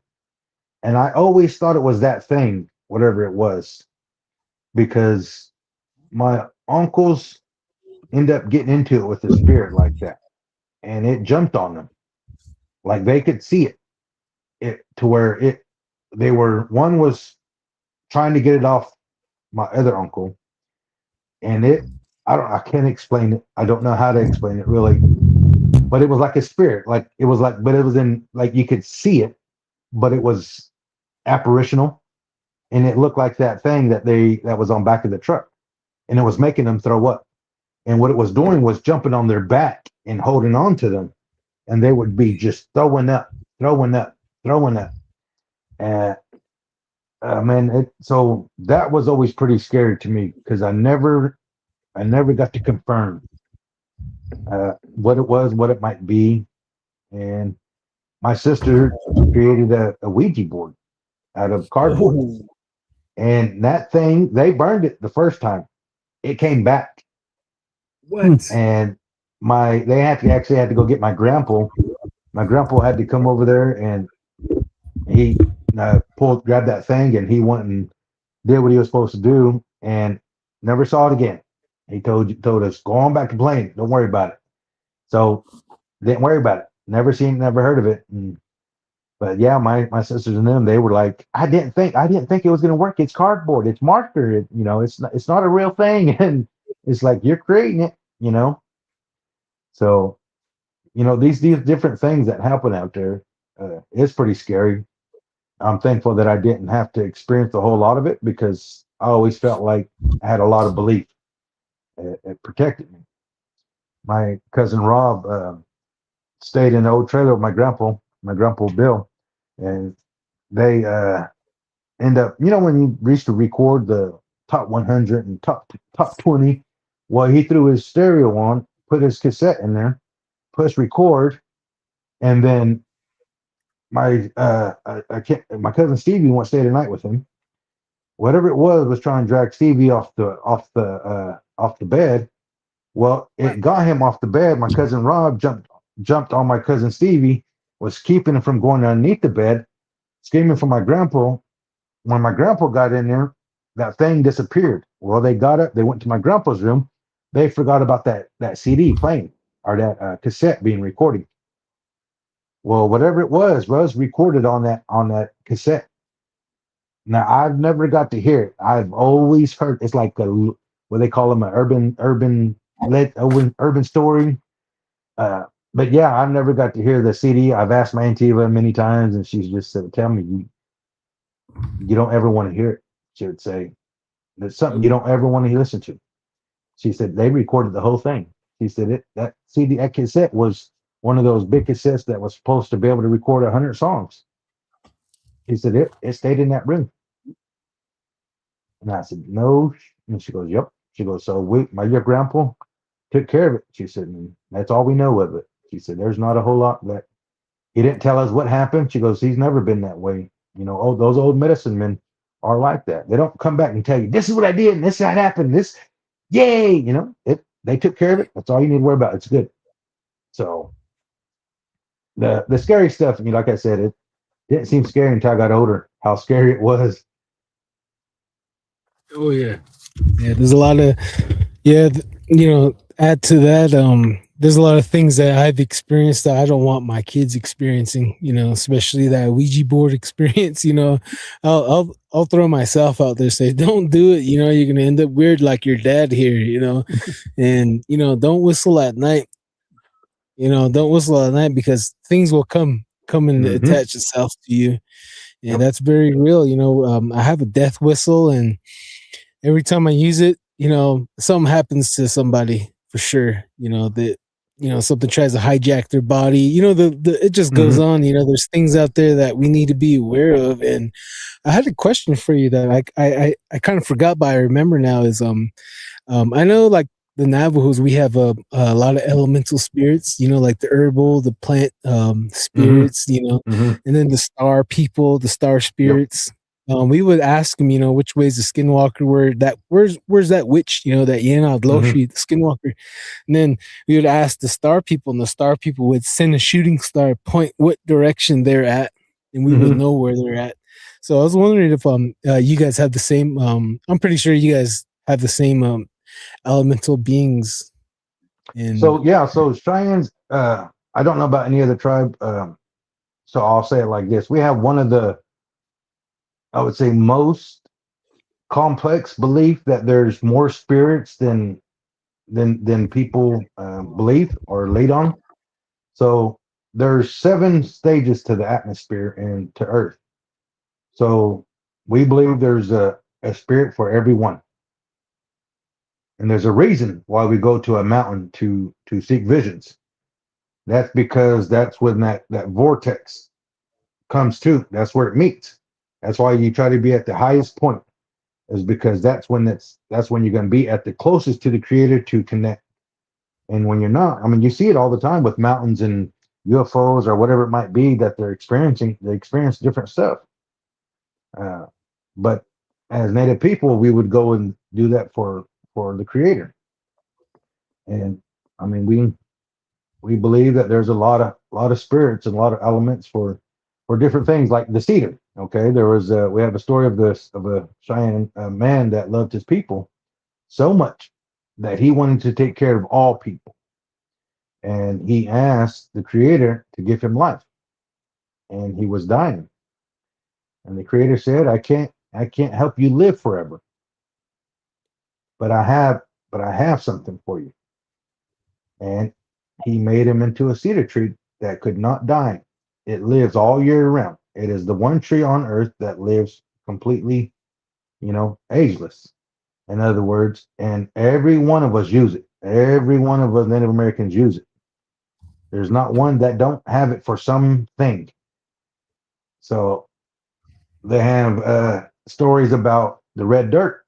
Why tornadoes don't hit Indians is because of the pacts they made back then, those elements that got into it. They were having a meeting in a teepee, and when they came in, they didn't invite rain, the story goes. And the reason why is because when rain comes, it brings sickness. Well, when that rain element came down to that meeting, he turned into an ugly faced man because that's what it brings. Well, he stood by the door.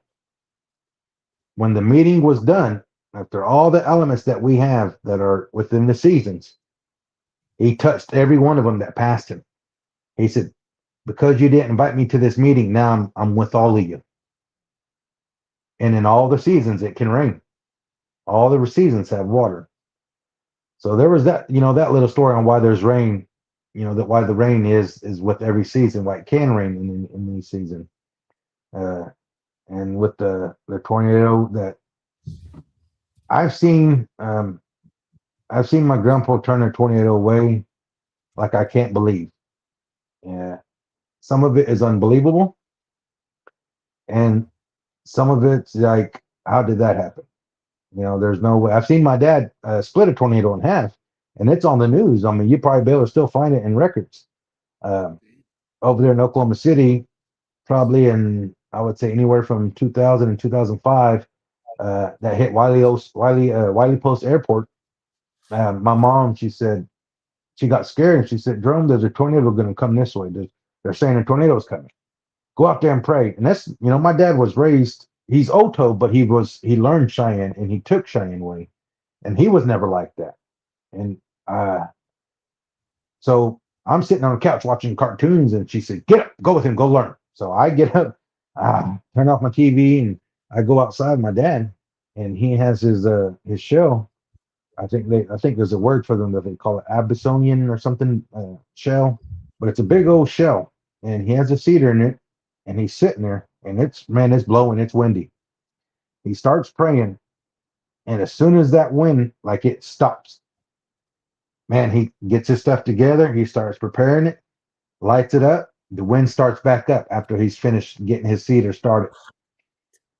Gets his feather, he makes this motion right down the middle, that way, that way.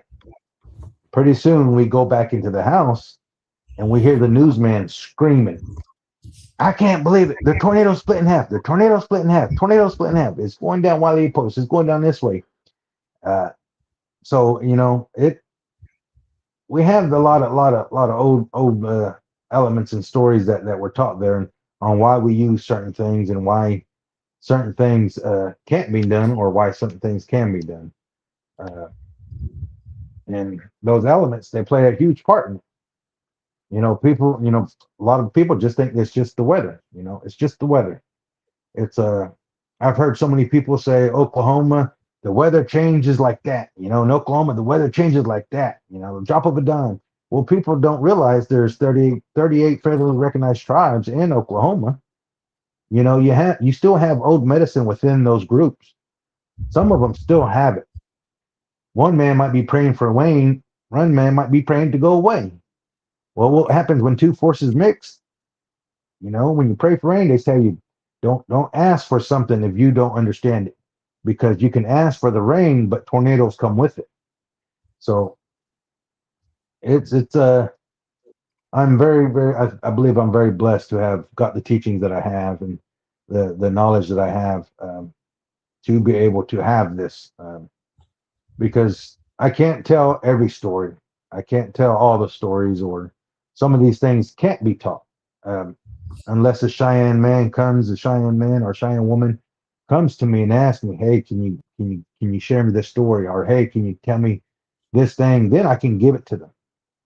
Because back then, the old ways, the way you got your information, you took a gift for what you thought your question was worth.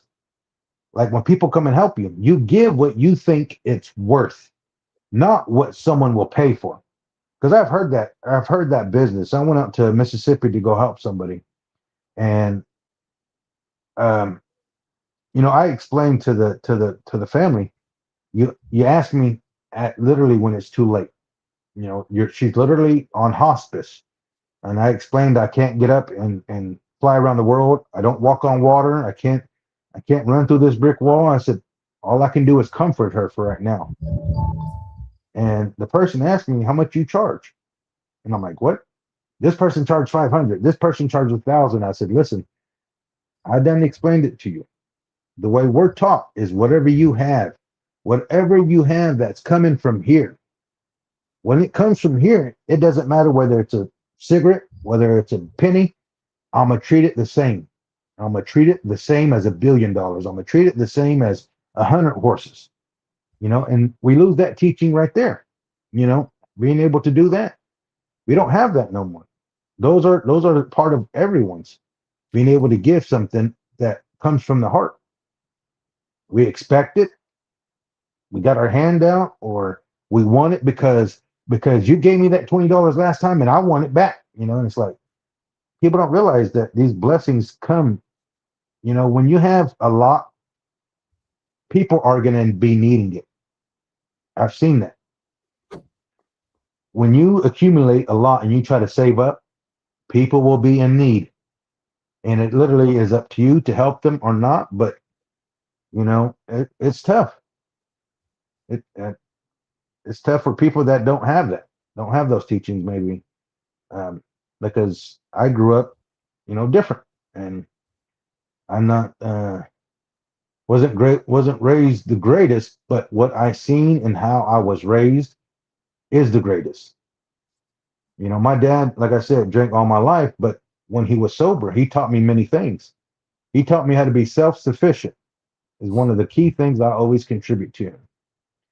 Anything that I've learned in life, I will always contribute to my aunt, my uncle, my grandma, my mom and dad, because everything that they taught me is the basic foundation of everything that I've learned today at 37.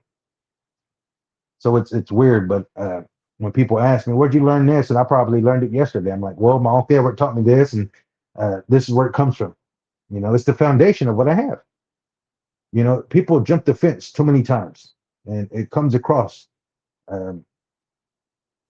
So when you jump the fence, what I mean by this is you believe this way, you believe that way. You might be traditional, but then you go to church, or you might live this way, but you go out on weekends. It's and my dad used to always say, you stay on one side of the fence and you do your best. He said, Jay, a man that makes 1,000 potatoes for 1,000 years is always going to be good. A man that makes corn for 1,000 years, he said, and this fence splits them in line. He said, all right. I said, yeah. He said, if that man gets that potato and tries to make it, he's going to make it bigger, stronger, faster, better. Always. But that man's been making it the same way for 1,000 years. Why is he trying to make it better? What's the reason? What's the story behind it? I said, I don't know. He would say, well, can I give that man some corn to get potatoes? I said, yeah. He said, you won't ever go starving if you do that, right? I said, right. He said, because if you do take that potato, now you're growing two crops. Now you got more than you can handle. And I'm like sitting there trying to understand him. And today I understand it. I can give the information out to everybody, and whether it comes back in any way is okay. Because I always say, as long as you take care of it, respect it, I'm okay. But yeah, that's the biggest key is these elements. I think that they get forgotten. Yeah, that's trying to describe this lifestyle, that this way of life. It's not easy. I tell you the truth. You talk about ceremonies. I can explain it down to the root, but some people they did their minds can't wrap around it, and it's difficult. And I choose my words. I do my best to choose my words wisely. To hmm better explain this. This lifestyle. You can go. They would call it, pagans and stuff like that since the beginning, ever since the people came here, but they've been living like this. We've been living this life, and we've been here for thousands of years. And the sad part about it is, like you were saying, fold, they tried folding and bending, to the point where we have to uh, live with. They want us not to live without them, like they need hmm our money and stuff like that.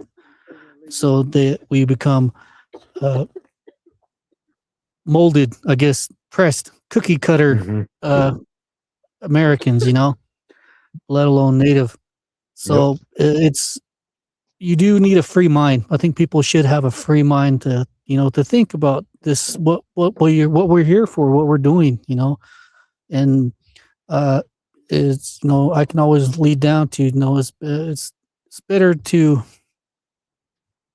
learn and love, appreciate other people around you, even though their lifestyle may be a bit different. hmm Yep. That doesn't mean it's wrong. I was, I keep I have a little girl at the house, and I hold up my little dog, and she was looking at it like, what is this? It's the ears. It's ears just like you have. It's just different. That doesn't mean it's bad. Yep. And she's like, oh, what is this? Like, oh, those are his teeth. He uses to eat, and he talk with you just like you, just like they. That doesn't mean it doesn't mean it's bad. hmm So, it's good to get the youth at an early age, and to let them experience this life. Um, and it's one of the miracles. As you get older, you start noticing the youth. You were there. I was there. I know how it feels. Um, and and then that's where I noticed I got older. And like I can tell them, don't do it like that. Do it like this, or go over here. Is better over there. hmm And it's a unique life experience getting older. And I tell my parents, my parents used to still tell me, like I seen you grow up, and you grew up to be a man. And it's the same way for me. Like I watch.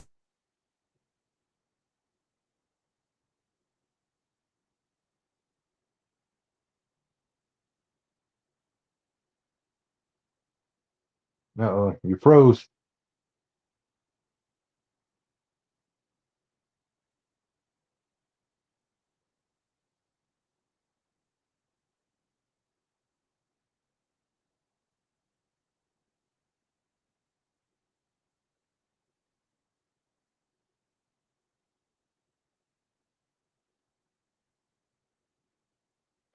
Well,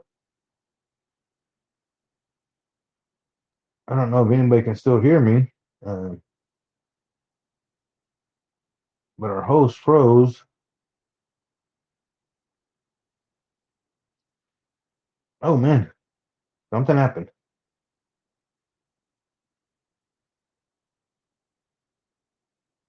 But yeah, so like he's saying about how people live different roads, and don't treat them anyway. I always say we'll cross that bridge when we come to it. Uh, so what happened when I've worked with somebody that I have heard no good stories about. Not one good story have I heard about this man, and I treated him with respect. I talked to him good. I would tell him stories. He never had to get off the truck and work. I always made sure that I got off the truck. I did everything, so he didn't have to do anything. I don't know if y'all can hear me, but I'm gonna keep talking. Uh, so I've heard people say, "Oh, you work with that man." I'm like, "Yeah."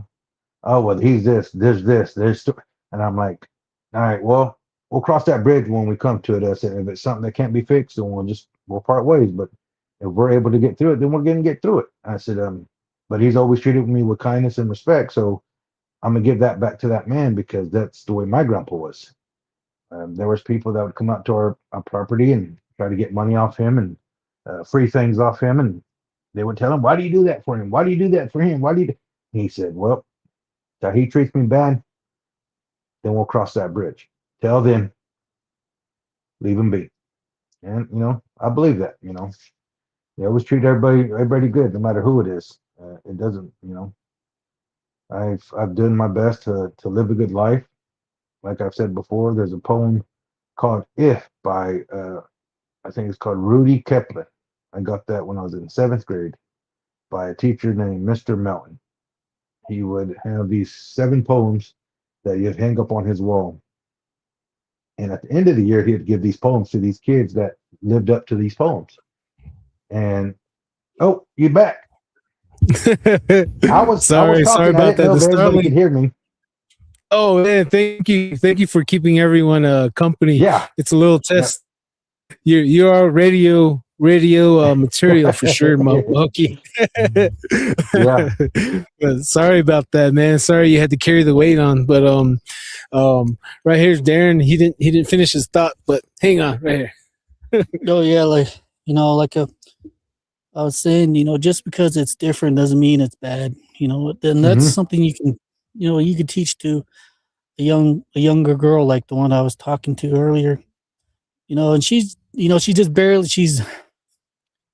understanding where she stands in this world. The best thing to do is to be a parent, be an adult about certain subjects, and do your best to understand that, like you were saying earlier, that he's only 4 years into this world, and you have 30 something years. So, this proper teaching, proper learning for the youth.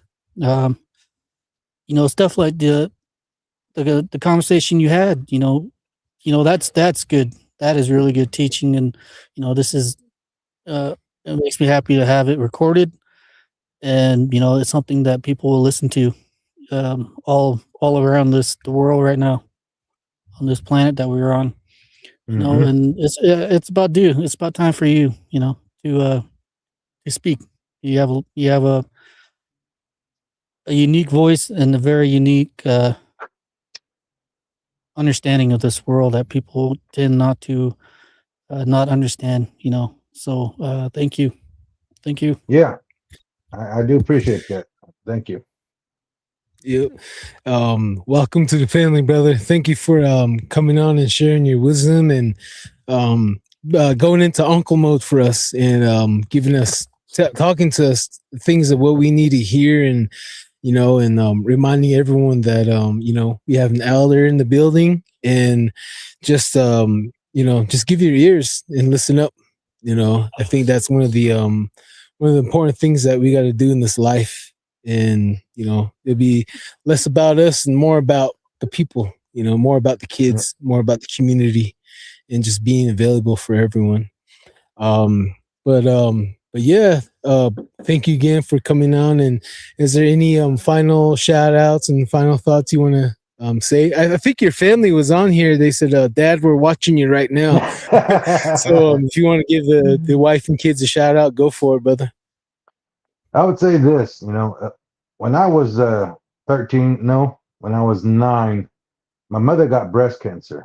And when she got it, at the time that I didn't know enough of it, I thought she was going to die. So I used to take a backpack full of crackers, potted meat, Viennas, and a gallon of 2-liter tea. I had my brother make my tea, and I would take off into the woods, man. And my mom said, "Come back before sundown." That's all she used to say to me. Well, when she got breast cancer, I thought she was gone. So I took off. I was there all night. Finally came back and come lay down. She would say, "Come lay down with me in my little box heater," because I always lay with my mama, and I was always warm, high metabolism. And she's come here, little box heater. And she said, "Above all that you learn, above all that anybody teaches you," she said, "be a good person." And I said, "Mom, what does that mean?" She said, "You will know. Your heart will always tell you what is right and what is wrong." He said, "Once you get your mind and your heart to line up and listen to each other, you're going to be able to do anything that you want. But when they're fighting," she'd say, "you're always going to mess up. You're always going to choose the wrong, doubt yourself." She said, "But just be a good person above all. Be a good person." And today, I didn't know what that meant when I grew up, when I was growing up. But I knew what good was. I knew what my heart was saying when people made bad decisions. I understood it was bad. Your heart always tells you what is good and what is bad. And people will say, "Well, don't listen to your heart about this or that." That's the point of me saying you have to get your head and your heart aligned to be able to make the right choices, to understand the right choice. But a lot of the times your instincts, your heart's always going to tell you what is right, what is good. And a lot of the times you have to get them lined up to be able to do the right thing. Because if not, it's the what if, what might, what could be. And it's always going to be that way. So I would say that, above all, do your best to live a good life. Everybody's always going to find something to say. Just keep being a good person. There's always something that somebody's going to find about being a good person. But yeah, that's what I would say. Very well, very very well spoken, man. Joey, have respect to you for coming on and dropping this knowledge bomb on the world, and people do need to hear this. And for the non-natives too, if they want to understand our mindset, the mindset of the people, I would suggest listening to this episode, and just the communication between us. I know we have a lot of stuff going on our side, so thank you again for holding up the radio station when we had some damages going on right now. So yeah, I was like, I don't know if anybody can hear me or see me, but I'm gonna go ahead and finish, because you were telling the story about how treating people good, even though that you live a different lifestyle. And I agree 100%, because I was explaining that I work with this person that I had heard not one good story about this man, but they put me with him. And they would say, "How can you work with him?" And I said, "Well, he hasn't done me wrong. We'll cross that bridge when we come to it." And tell them I'm going to keep treating them good, because that's what I was taught. Treat everybody the same. Well, when that happens, we'll cross that bridge. If we can repair it, we will. If we can't, then yeah, we'll split ways. But there's no reason to be hateful and mean, so. All right. Yeah, most definitely. Thank you again, Mahokini. I think I said it wrong. Mahoki. Wait. Oh, geez, I had it. Wait. One more time. Mahoki. Did I say it right? I think it's Makia. Makia. Okay, Makia. I was letting you go. Makia, at least thank you was you, doing brother. was trying. That's all I could ask for. You was trying. Hey, we appreciate that, and thank you for coming on, and being a brother to us, and being a more than a stranger to us, and just being a family. And then everyone out here listening to the radio and to the podcast, hope you guys really got something out of this, because Darren and I definitely do. every episode we get something new out of it, and it's been amazing. And I'm thankful for you existing and being here with us, and thank you so much for all the knowledge you gave us and everyone here. And welcome to the family again. And any more last shout outs before we close out the show, brother? No, because I mean, I could literally go on for another couple hours. Like I said, I've sat with old men that talked all night, and there's more to this than people think. What I was able to explain, or way I was able to get out, is just literally a fraction of what could be talked about and what could be explained, and to be able to express in a deeper thread. Would be, I could go on for days. My wife would tell me I talk like an old man, and my son would tell me that we go into academy. Dad, can we hurry up and leave? I'm like, hold on, 5 more minutes. We was here for 30 minutes. Oh, okay, let's go then. So yeah, so I could talk all day, but I do appreciate it. I thank you guys, and I hope that my scary stories were good enough. I'm sorry if I didn't have the fear. It was just so normal to me that it's like second nature telling it, but I do appreciate it. Thank you. And I hope there was people that was able to listen and understand what I was saying. And there's some that probably do. So if I was able to help, what I was asked to do. And I would say, if you ever wanted to have this conversation again, maybe just let the people know so they're not overwhelming you with Bigfoot. Hey. Yeah. We'll definitely put that in the description. Say, hey, this is a grown folks talk, something like that. Or we'll figure it out. But everyone in the chat is asking you to come back again. See right here, part 2. Then we got Jay Rose says bring him back soon. So I'll definitely, when I get home, I'll look at the calendar. I know I'm like in December right now, but people cancel. It's people have a life, and that's totally fine. And we're here every week, and we're gonna stay the same. But yes, sir. What won't stay the same as the episodes. Like yourself, you brought another element to us, and thank you so much again. Yes, and we're gonna close out the show, brother. You want to say laters one more time for the listeners out there? I appreciate it, and I was hoping that I was able to help in any kind of way, and with anybody that's listening, everybody, because I'm not trying to explain strictly to Native Americans, because what I got to say can go across the entire creation board, and that's the point. The point of this earth is learning how to coexist with one another, and we have a hard time because no one looks at creation through the same way. Mm-hmm. When you learn the architect, you kind of go, I see how it's done. I see how it's built. Just like you would see a house built. So, I appreciate it, and hopefully I will be able to come back, so I do thank you guys, and I had a good time. Oh, hey, likewise, brother. We got I think one of your kids right here, Koshawe, says, hi, Dad. Yeah. And they're saying, hey, Dad, son. I see you on TV.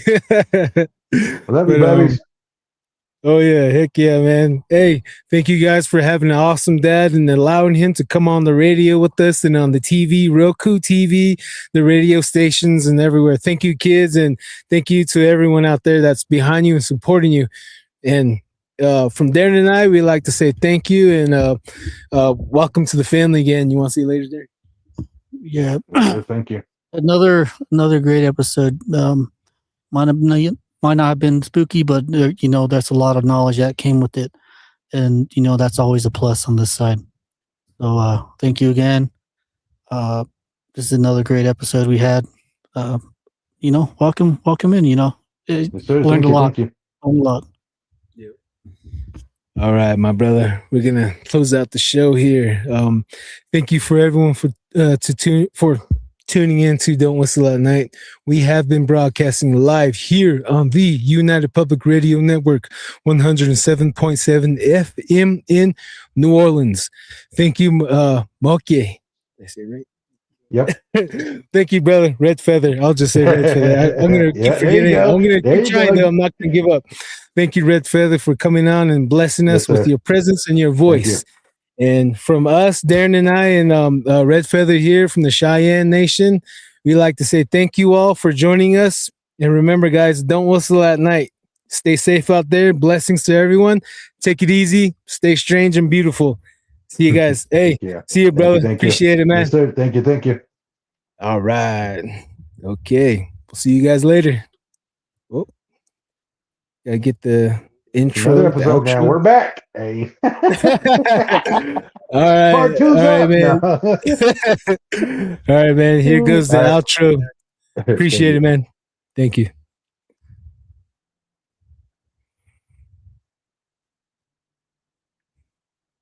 Oh.